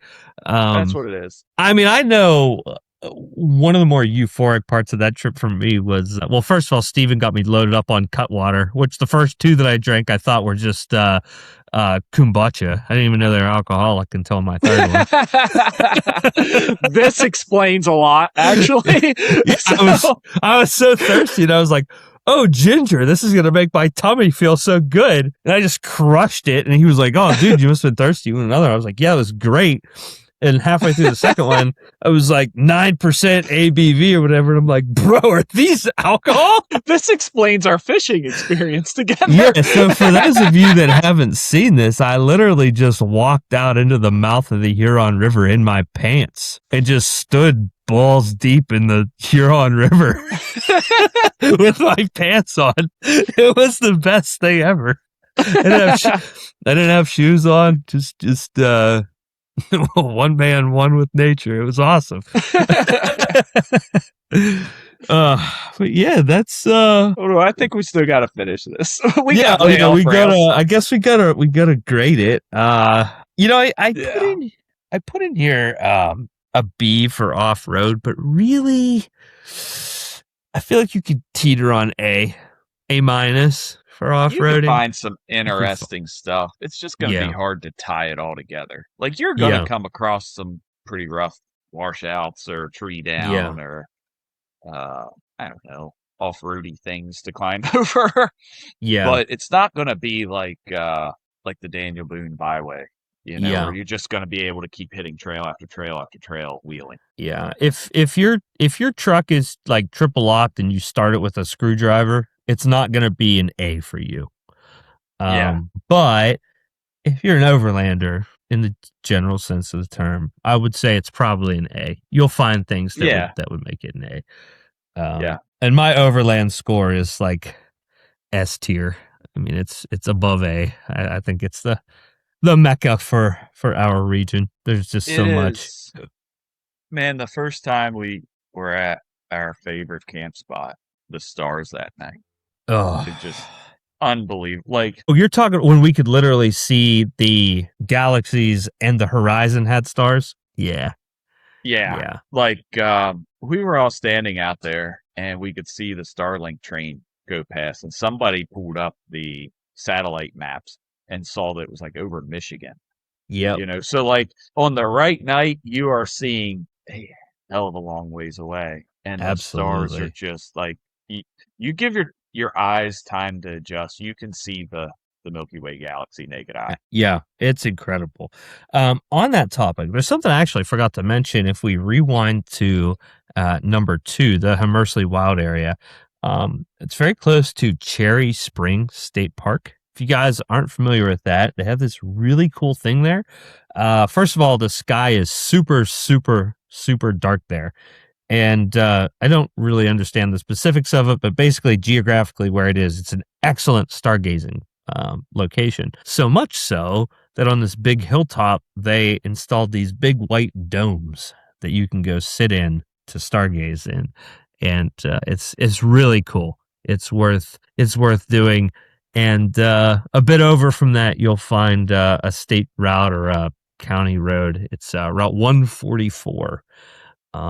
If you are a driver that likes to drive in a spirited manner and has something that is capable to operate in a spirited way, it's a really, really, really fun road. Like, I'm talking banked corners and S turns that you can jump S to S in, kind of fun. When are we going? Yeah, I mean, I don't even have anything anymore that's like. I got the taco. Let's go. Like, I'll put it on 3 wheels again. I don't give a shit. I did that road on my FC09 years ago, and oh my goodness, it's so fun. Obviously, obey all street rules, of course. Yes. But, yes. Yeah. But yeah, those are my picks and our picks for some places that you maybe didn't hear of in Appalachia that I think are really worth seeing. They're some of our favorites, even Ohio, sad to say. But if you guys can think of any that we missed in our region, let us know. I think that'd be pretty cool. Man, we got all kinds of fun stuff in the pipeline. We had there's a fella in here. He's popped into our chats a couple places. I think we're gonna have him on the show. He's got a son that he built a badass camper setup, and they've been traveling along. His name is also Nick. His boy's name is Tristan. At some point, we're gonna have them on the show. They're always listening and popping in. They watch my stupid TikToks. Sorry if anybody suffers through the shit that I put on TikTok.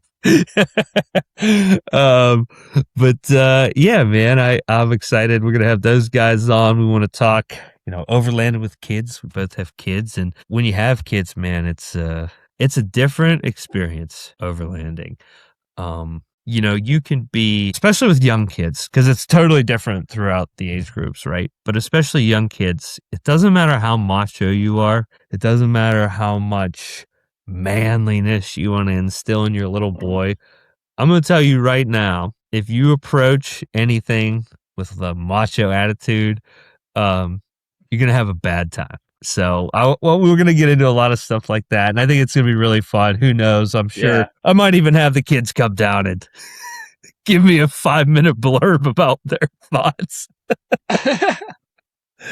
And we've talked about it a little bit too, but I think Mike would be a fantastic resource for that. Mike has traveled with his kids all over the place. Yes.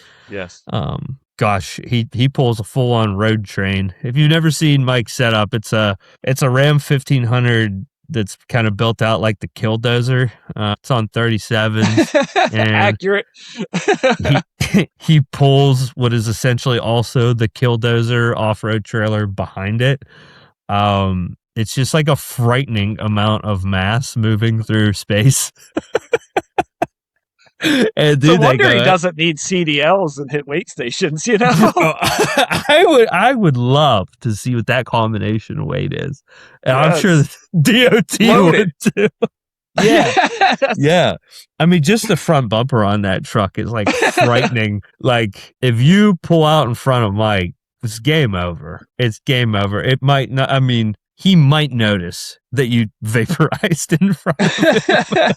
Oh, but yeah, man, what else? Got anything going on? Anything exciting? No, not really right now. It's been pretty quiet on the overlanding front for me. The horse trailer's gone. Yeah, he did a great job on that. Turned out good. Yeah. Shout That out, thing turned Julia. out. Yeah, that thing kicks ass. The Forerunner is sitting out. Everything I own right now needs oil changes. Like, Dude, I'm same.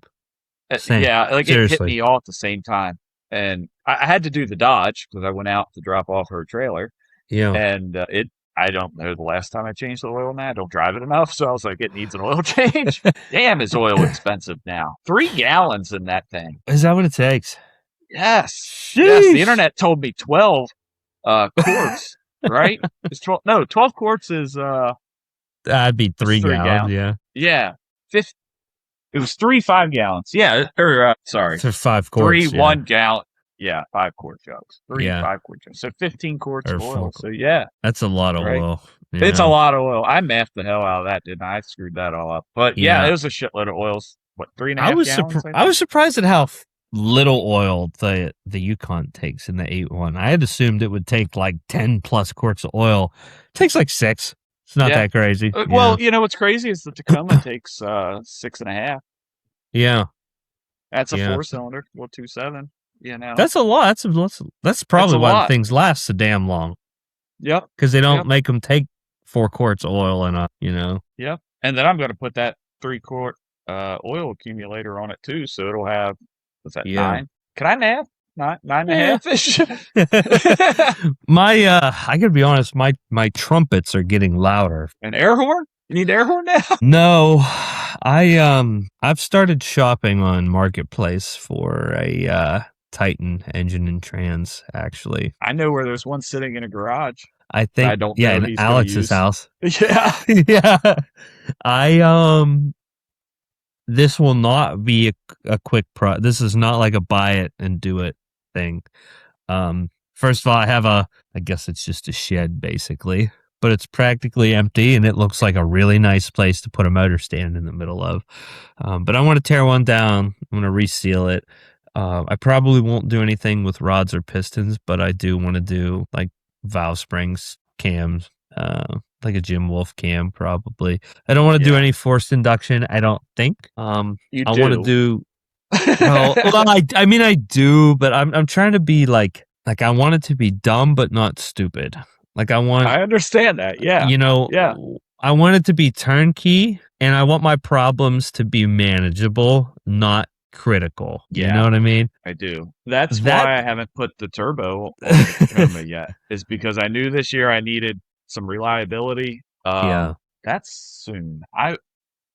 It's just right there looking at me. I see. It looks very clean. It actually, if it could talk, it would be saying, "Please, yes, please." yes." I want it on so bad. It's all I've got to do is finish picking up a couple exhaust pieces and the intake tube, and I got to buy a fuel pump yet, and just find the time to put it on. Yeah.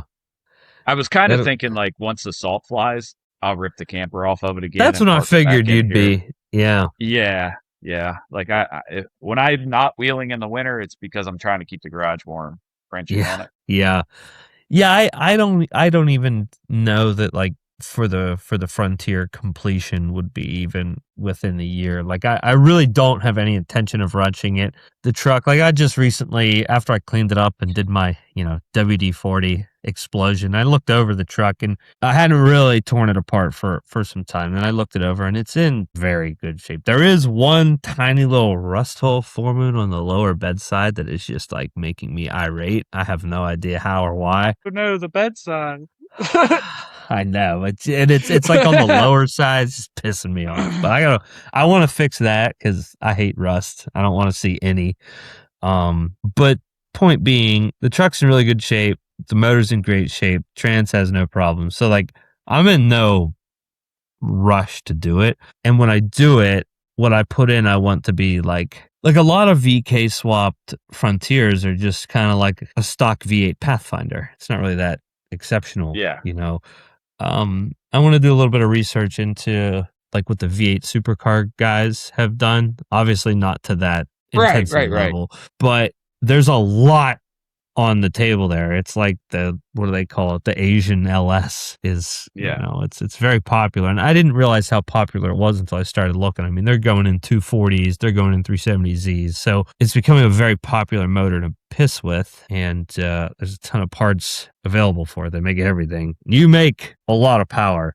Dude, that's kind of the same discovery I had with the Tacoma. Like, yeah. When I got it, I was like 4-cylinder, whatever, somebody makes a header for it and a tune, and that's about it.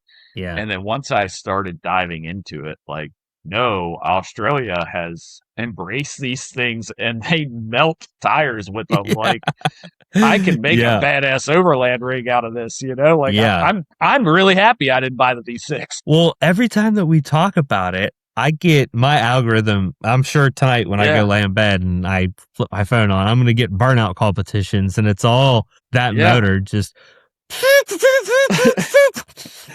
fireballs, stack fireballs, and it's insane. I'm super excited to see that thing with boost. It's going to be a good time. It's boost and a built motor, but that's going to be fun. Other than that, I'm going to put my sign up. I don't know. It'll actually probably be where I think Dale's going to go over there.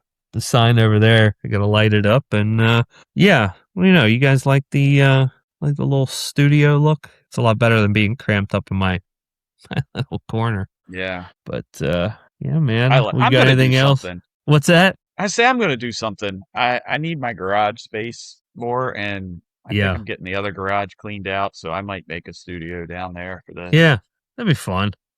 Yeah. Yeah. This was 1, 2, 3, 4 pieces of drywall and some polyvinyl trim that some LEDs from Walmart. So can't beat it. Nope. I don't know. Might get some fun stuff. I wouldn't mind another monitor, maybe. I'm getting to the point where I should just finish my damn basement, but there's so much storage down here. I don't know. It would just be a waste. It'd be a finished room with just storage. Yes. But, all right, guys. Well, hey, listen, appreciate you guys hanging out. You guys that have been on the live, there's still a bunch of guys in the live. That's awesome. Cool. Thank you guys so much. Yeah. Anyone that, if anyone's on the live and wants to actually come on the show right now, you can do that. If you click the Riverside link, you can literally be on the show. So, I'll give you a couple seconds if you're interested in that. But otherwise, thanks, man. We made it 50 freaking shows. That's crazy. It's crazy. That is. I've been thinking about that a lot this week. It's really cool to do. Yeah. And seeing people get excited about it out of the country. We're getting popular out of the U.S. On some Overland channels. Which how that happens, I don't know. But that's pretty cool. I'll take it. Yeah, man, I'm going to keep doing this. I remember, right around the time I started pissing with the Frontier, and I remember my dad was like, you're going to do all this and you're going to invest all this time and all this money and it's going to peter out and no one's going to want to go out and do this crazy shit with you, Well, surprise, surprise. Hey, we got Terry Andrews in the chat that wants to ask a question. Terry, ask away, buddy. If you want, you can come on the show. Otherwise, you can type it in the chat. If you want to come on the show, you can click the Riverside link. It'll bring you on the show. Otherwise, you can type in the chat, and we are all ears and hang out here. I got all night. It's not it's even early for yet. us. It is early. Yeah, and we got over 2 hours in. That worked out. I don't know how the math there was. Is it daylight savings or something? I think Trump shot that down, right? I don't think he was a bit. I think which one was it? He was for it. I'll be honest with you. I don't know which is which. I just don't like when it gets dark early. Whatever that is, I don't want. I don't give a shit which one they pick. Just pick one. Yeah. Listen, I don't want it to get. I'm gonna be honest. If it gets dark at like 4:30 in the afternoon, I'm a pretty sad puppy. I would like the extra PM. Morning doesn't affect me at all. It's cold and wet and miserable in the winter mornings anyway. Who cares, Yeah. Okay, here's a good one. So it looks like I'm not sure what the actual question may be, but Aaron says 6,000 pound winch for a 6,000 pound vehicle. I think maybe this is in reference to you considering downsizing. Yes. So my thoughts on this are it has to have a snatch block to multiply the load. But they weigh, 50 pounds less than the bigger frame ones? And on depending 30 on to 50? Yeah, depending.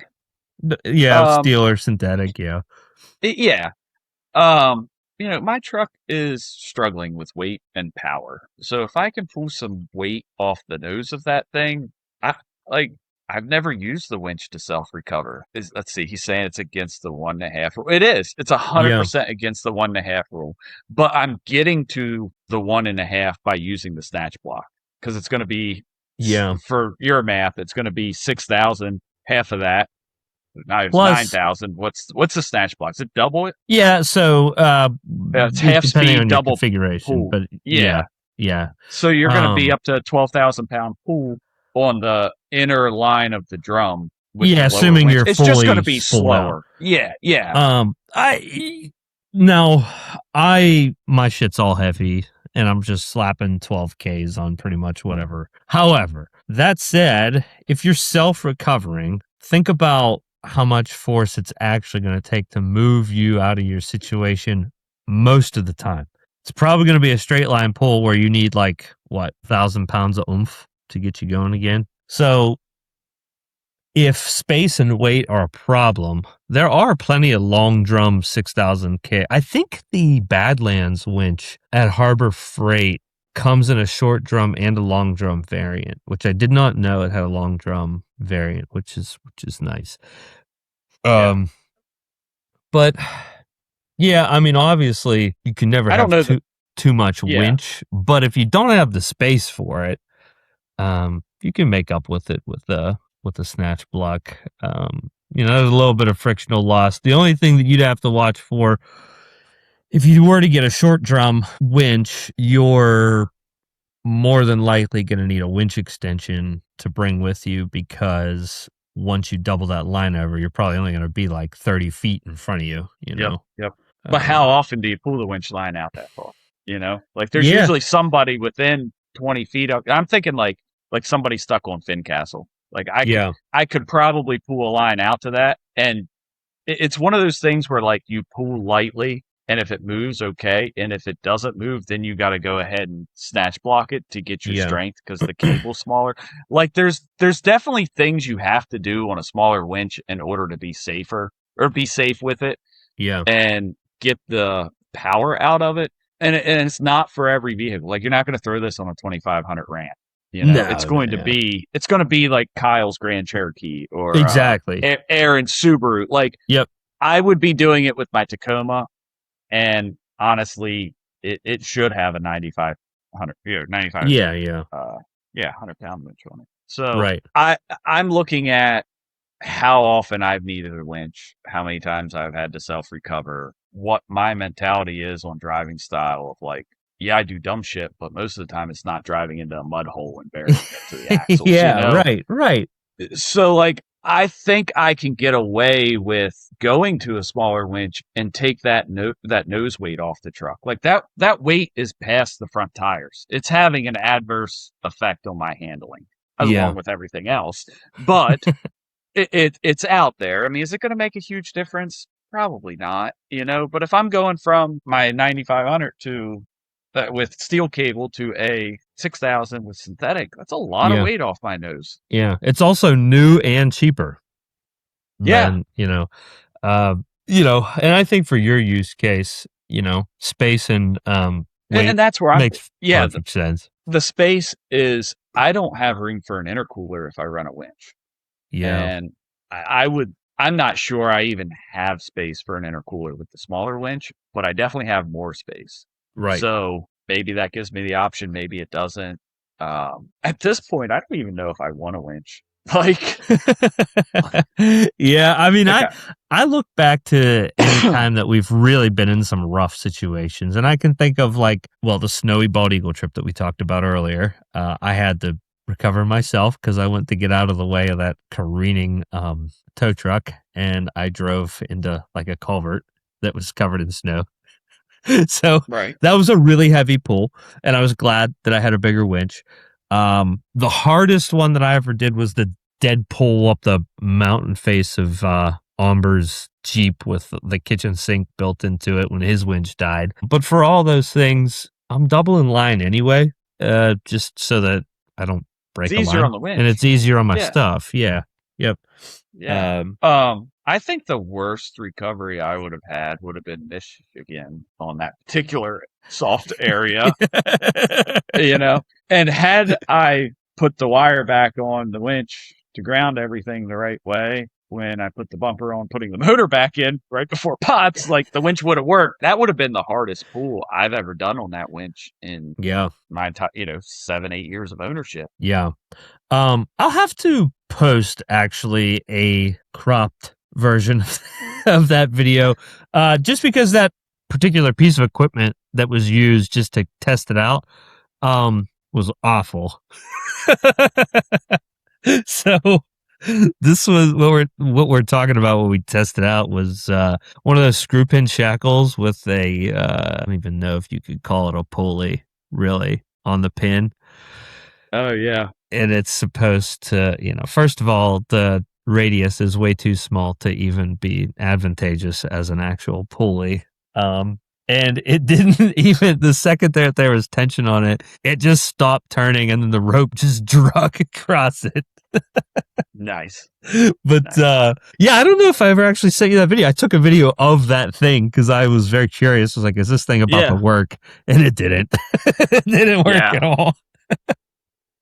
So before we keep going, did that answer hold on, he's saying front versus rear winch. I thought about this too. I have considered putting a smaller winch under the ass end of the Tacoma and taking the big one off the front. A lot of the times you go into, like, I don't know. It depends on your mentality. Like, if you're going to drive in like a mud hole, I think, like, the winch out the back makes sense. You're going to drag back out through your tracks. But for what we do, like overlanding, I mean, if your mentality is I have to get over it, then put it on the front. Yeah. I think a rear winch is really advantageous if you're like the guy who's called upon when somebody else messes up. That and gets if you're old quick. Yeah, to be that guy. I know. But I will say Warren has some really slick product for this. They have a remote clutch now. Yeah, it's very expensive. But if you are going to do a rear winch that's up under the bed or between the frame rails under the bed, that would for sure be something I would look at, because crawling under the truck and flipping that thing manually in the mud and snow would just suck.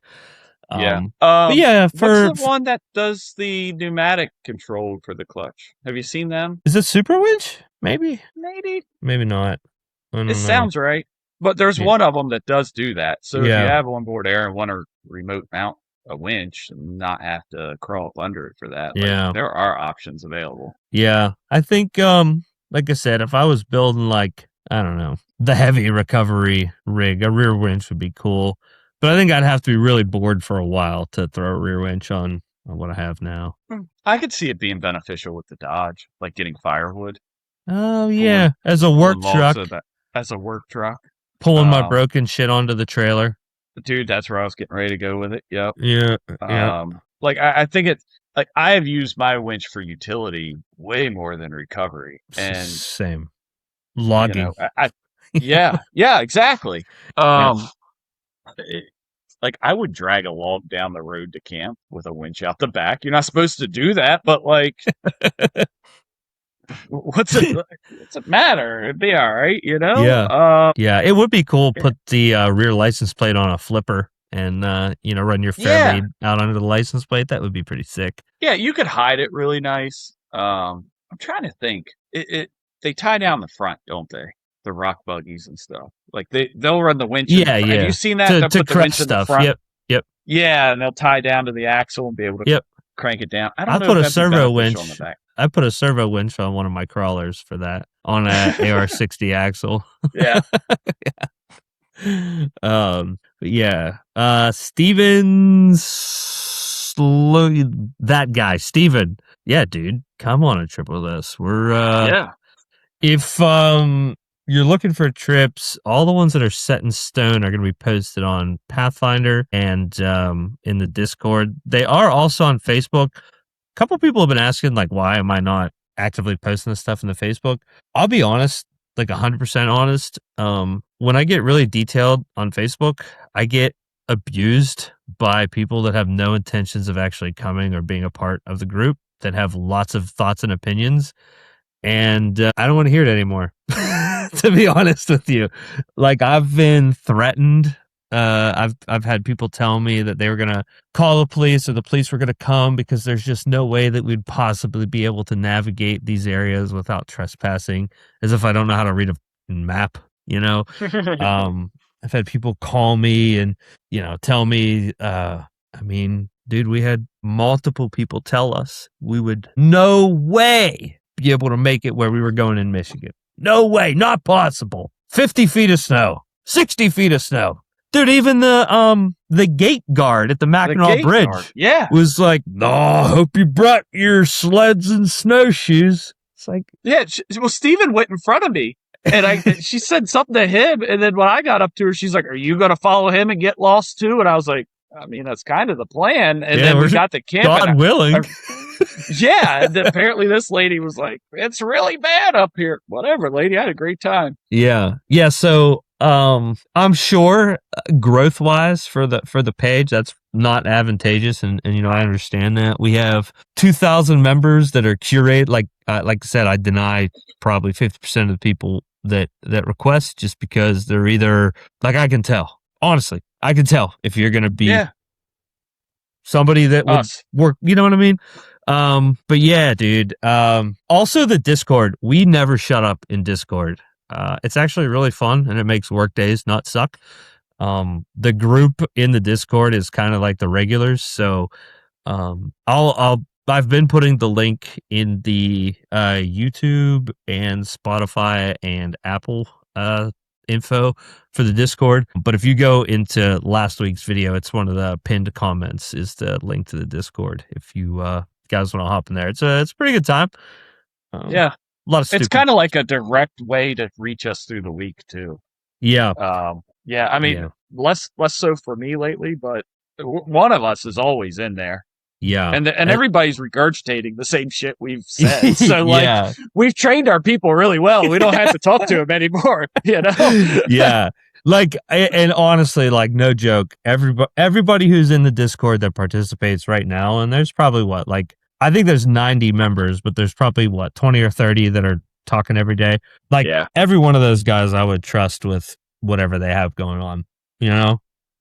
It's pretty. Yeah. It's probably one of the best resources for overland information that exists for this area. By a long shot. Oh, absolutely. Because there's no LARPing. No one is a pretender. No one's a wisher. Everyone in there is doing something, and nobody is dropping $100,000 on something that's never going to get used. And I think that's my favorite part, is in some way, shape, or form. Palco. He's not in the Discord that much, but sorry, I had to fire that shot. It was too easy. Yeah, he just sent a message today. We're trying to plan a bachelor party, and he was That's not working on the truck. Yeah, dude, he was like, bachelor party at the shop. We're gonna build the race truck. I'm like, dude, I would love that. Let's do it. Yeah, I'm chomping at the bit to do it because I'm getting bored. I mean, so bored I'm looking at V8s on Facebook Marketplace. I need something to wrench on that's not something Come that get breaks. my 4Runner. Yeah, I'll bring a trailer, dude. What's it need? No, I can't listen. I cannot extend myself. I'm such a sucker. I'm such a sucker. It's hard to say no. It's old people for me. Yes. If it's an old person, I don't know what is. I just simply I will screw myself 100 times over. And I already know I'm screwing myself over with this guy too. The dude's house he's like a billy goat, lives on a cliffside, and I'm about to go basically work for free just to help the guy out. But, whatever. Makes me feel good, I guess. Mine are new people that like really want to do it.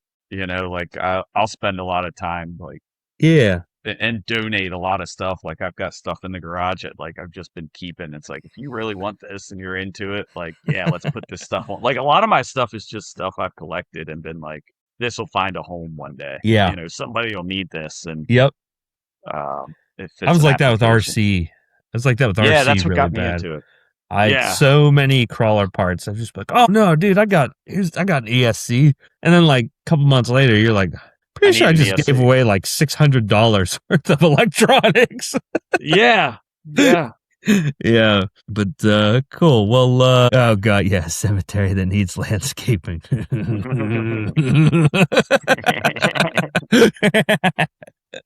Yeah.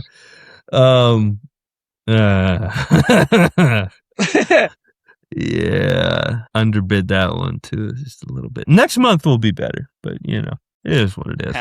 It happens. It's kind of like I said, it's almost pointless, but I'd like to buy a dirt bike and a couple What are you gonna pocket buy? change.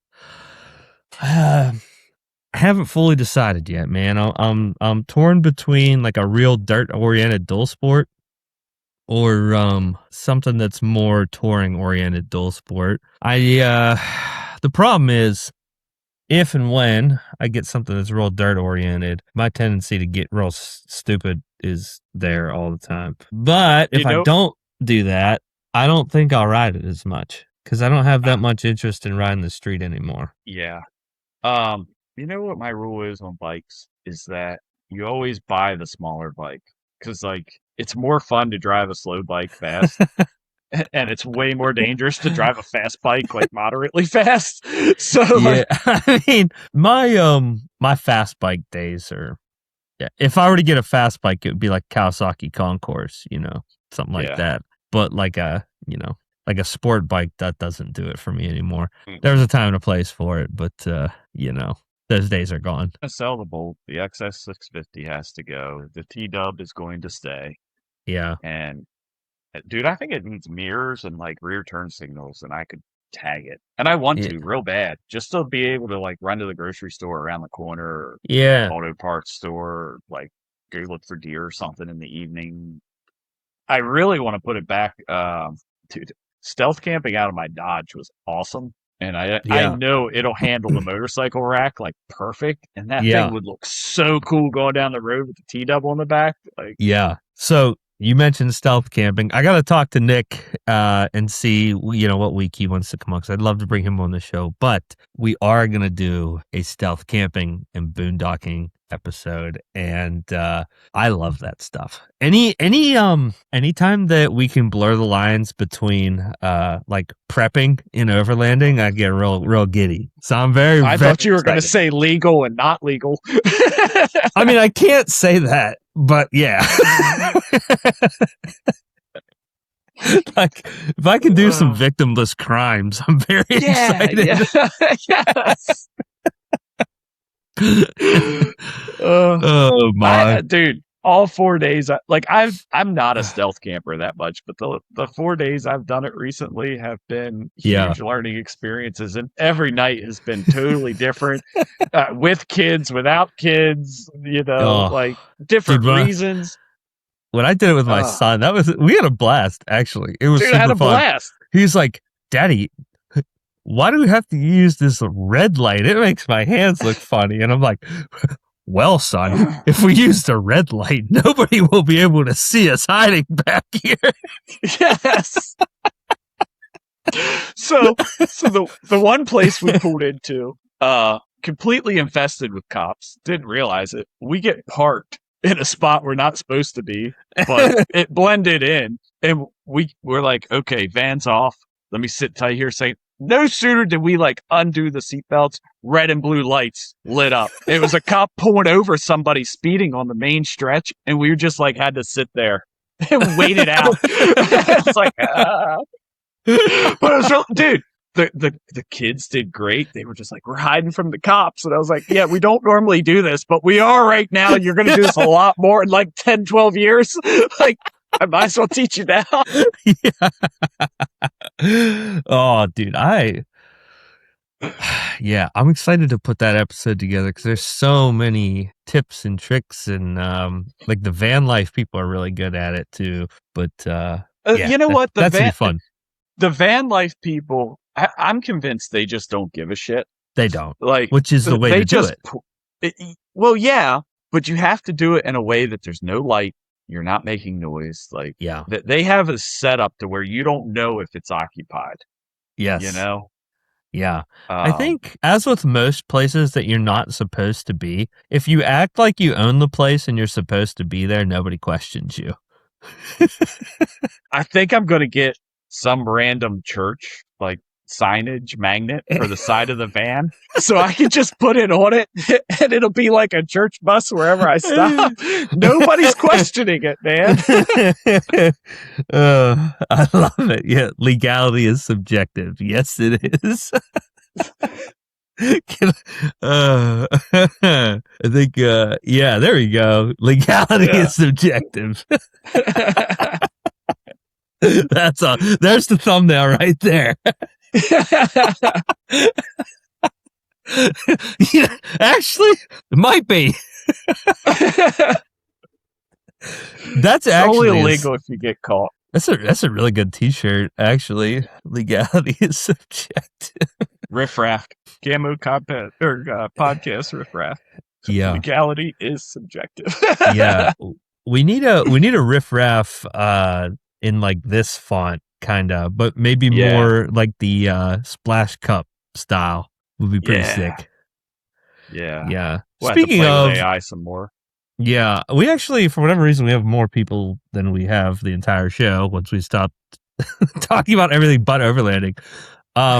Merch. What do you guys want? I can make pretty much anything, and I can get as weird or as normal as we want. We do have stuff in the store.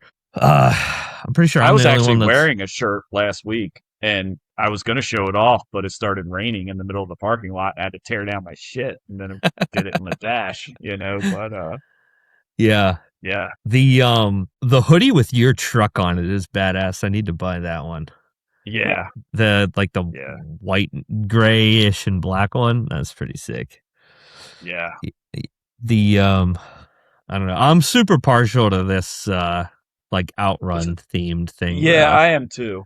I want to get a hoodie like you got. It reminds me of a time that I never lived in. You didn't? I didn't even think about that. Yeah, You're not an 80s baby. Dude, nope. I caught 2 years of it. Yeah. I didn't get to experience fucking any poser. of the 80s. I know. Well, when you go bald, you can just pretend you're older, so. Yeah. Listen, when you have kids, it's all out the window. Like, the ability to I'm unshameable. Like, there's nothing an adult can say to me that my children haven't done worse. like, you know, if someone says like, "Oh, Nick, you're getting kind of fat," well, it's no different than my 2-year-old being like, "Daddy, why do you have boobies like mama?" You know, it's like, thanks, bro. Fuck. My youngest went to latch on me about a month ago, and I was like, whoa, hold up. No. Just rooting around. Yeah, everyone that doesn't have kids is completely befuddled right now. Yeah, they do that. The babies do that. Yeah. She was like falling asleep, like pretty much out, and then like came to for a second and was like, oh, this sounds good, and like went rooting. No, you're out of here, child. Oh, shoot. Yeah, the Overlanding with Kids episode will be fun. There's so much. Will. God, that could be a multi-part series. Yeah. And it's changed. Like it's as Piper's gotten older, just in the 2 years I've been taking her, like it's changed drastically. Yeah. Well, anymore, like with Bo, basically, all he wants to do is find animals. He's happy as can be if I just turn him loose. And I mean, he literally, when we went to Wolf Den, he built a terrarium that is still living at my house that is full of like centipedes really and millipedes, and found a snail, you know, it's living on the porch. What I didn't realize is centipedes or millipedes. Millipedes can live like 12 years. So Really? yeah. I bet a bird would shorten that up. Yeah, probably. I kind of like. I have a soft spot for insects. No arachnids. I don't piss with spiders. I like snakes. Don't piss with spiders. If anyone's listening and wants to completely mess with me and also never be my friend ever, spiders. Mess with me with spiders. That would a surefire way that we are not boys would be to mess with me. Like, there is not a more terrifying entity on this earth than a wolf spider. That is just, I mean, obviously tarantula, but in our region, I don't mess with them. I'm usually okay with just about everything as long as it's not a surprise. Yeah. Well, I didn't tell you what happened when I was string trimming, did I? Oh. I mean, if you did the Discord, I haven't been on that for like 2 weeks. Let me pull up this picture. Hold on. So I'm trimming away. It's real thick, and all of a sudden something flies up and hits me in the chest, and it's that poor little garter snake friend that got hit with the string and came flying up and hit me. Now, very sad about that. Big snake guy, like snakes. Didn't see him, obviously, until it was literally slapped off my chest. I about jumped out of my skin. You know what's worse than that is hitting a bunny nest with the mower. Oh, dude, don't even get me stuck. My wife still doesn't let me live down. I was brush hogging and I hit a fawn. And for anyone that's brush hogged, if you haven't done it, you'll do it at some point, and it is just the worst thing ever. Nothing. It's not good. No, hunting it's a completely different. Oh, dude, that sucks so bad. I never anymore. If I brush hog and I can't see, I go so slow with the bucket down. I'm practically bulldozing because I'll never ever do that again. God, that sucks. So I've got a bad kill. I'll tell the story. I was mowing my friend's yard. I've got my 60-inch zero turn. Mow his yard every week. You know, he was away doing work that summer, so I took care of him. He told me if I see any groundhogs, you know, eliminate them. So I was carrying my little 22 pistol with me. Yeah, right. You know, if I see one, well, it's like most of the summer, I haven't seen a single groundhog. Quit taking my pistol. Sure enough, see a groundhog, and it's like 10, 15 yards from me, like came out and is eating the grass I just mowed, like just past this thing. Yeah. So, you know, I go up, turn around. I'm like, I'm just going to charge it with the mower, you know, like he'll run away. Dude, he stood his ground. Okay. And I got like, he's like a foot off the right front wheel. And I'm like, well, I didn't expect to be this close. And if I back up, he's probably going to charge. My feet are right here. And I'm like, screw it. I'm just going to park on him. You know, so I like jump forward real quick. And like, now I feel like a complete ass. You know, I've got this groundhog pinned with a zero turn. I'm like, what am I going to do? I can't like back off of him. I don't have access to like eliminate him in a humane way. And I was like, I'm just going to do it. So I gave it the old bump. Dude, that groundhog came out of that chute lifeless and went about 40 feet through the air at about 10 foot, just direct line, hit the ground and rolled. I look up. The neighbors are on their front porch. Two old people. No. They witnessed the whole thing happen. And I'm just like, I had to go over in their yard and pick it up with the shovel. Oh my. It was not good situation. Like, you should not hit a groundhog with a lawnmower. No. I had a rooster that I had to call. I mean, I had no choice. There's a difference between like a normal aggressive rooster and like a bloodthirsty asshole, and he was the latter. Yeah. And he had just pulled something that was like completely unacceptable 2 days after attacking an insurance adjuster that came to my house. And I did not know that my neighbor was outside as I dispatched this individual. He was a very tough rooster, so maybe I wasn't the greatest shot, so it was a multi-shot ordeal. And I realized that from like a third person point of view, I had to have looked like a true psychopath. Like, that's some shit that they file away and like talk to the police about as like a, hey, yes, you might want to And I'm like, look, man, like, you just gotta do what you gotta do. Have Sorry, you seen Randy. the news? Have you seen the news out of Cunningham Falls? No. Okay. Local to me. Like 20 minutes away. Last week, they had a rabid beaver bite a swimmer. All right. Really? Yeah. Dude, I bet that would do a lot of damage. Yeah. Well, guess what? A second one attacked a fisherman just recently, too. So they put down 2 rabid beavers within a week. Yeah. Oh, my God. Or I think they're waiting to confirm rabies on the second one. But they dispatched it and, like, sent the brain matter off, I guess. Dude, could you imagine getting tagged by a beaver? With rabies? Like, so, dude, my wife worked at a vet for a while, and she was around a cat that had rabies. And I guess if, like, an animal with rabies comes in or suspected, they do some weird stuff and send it out for testing. And if it comes back and you have rabies, like, everybody that's been in contact gets all the shots, you know? Well, I ended up having to take her to, like, a couple different hospitals because everybody had ran out of the vaccine because of this incident. So I bring her up here to Waynesboro, and they stuck 2 needles in her ass. It was like, and I'm just sitting here going, this is the most ridiculous shit. Imagine you went fishing one day, all right, and you get attacked by a beaver, and now you got needles in your ass, and DNR talking to you like, hey, what the hell?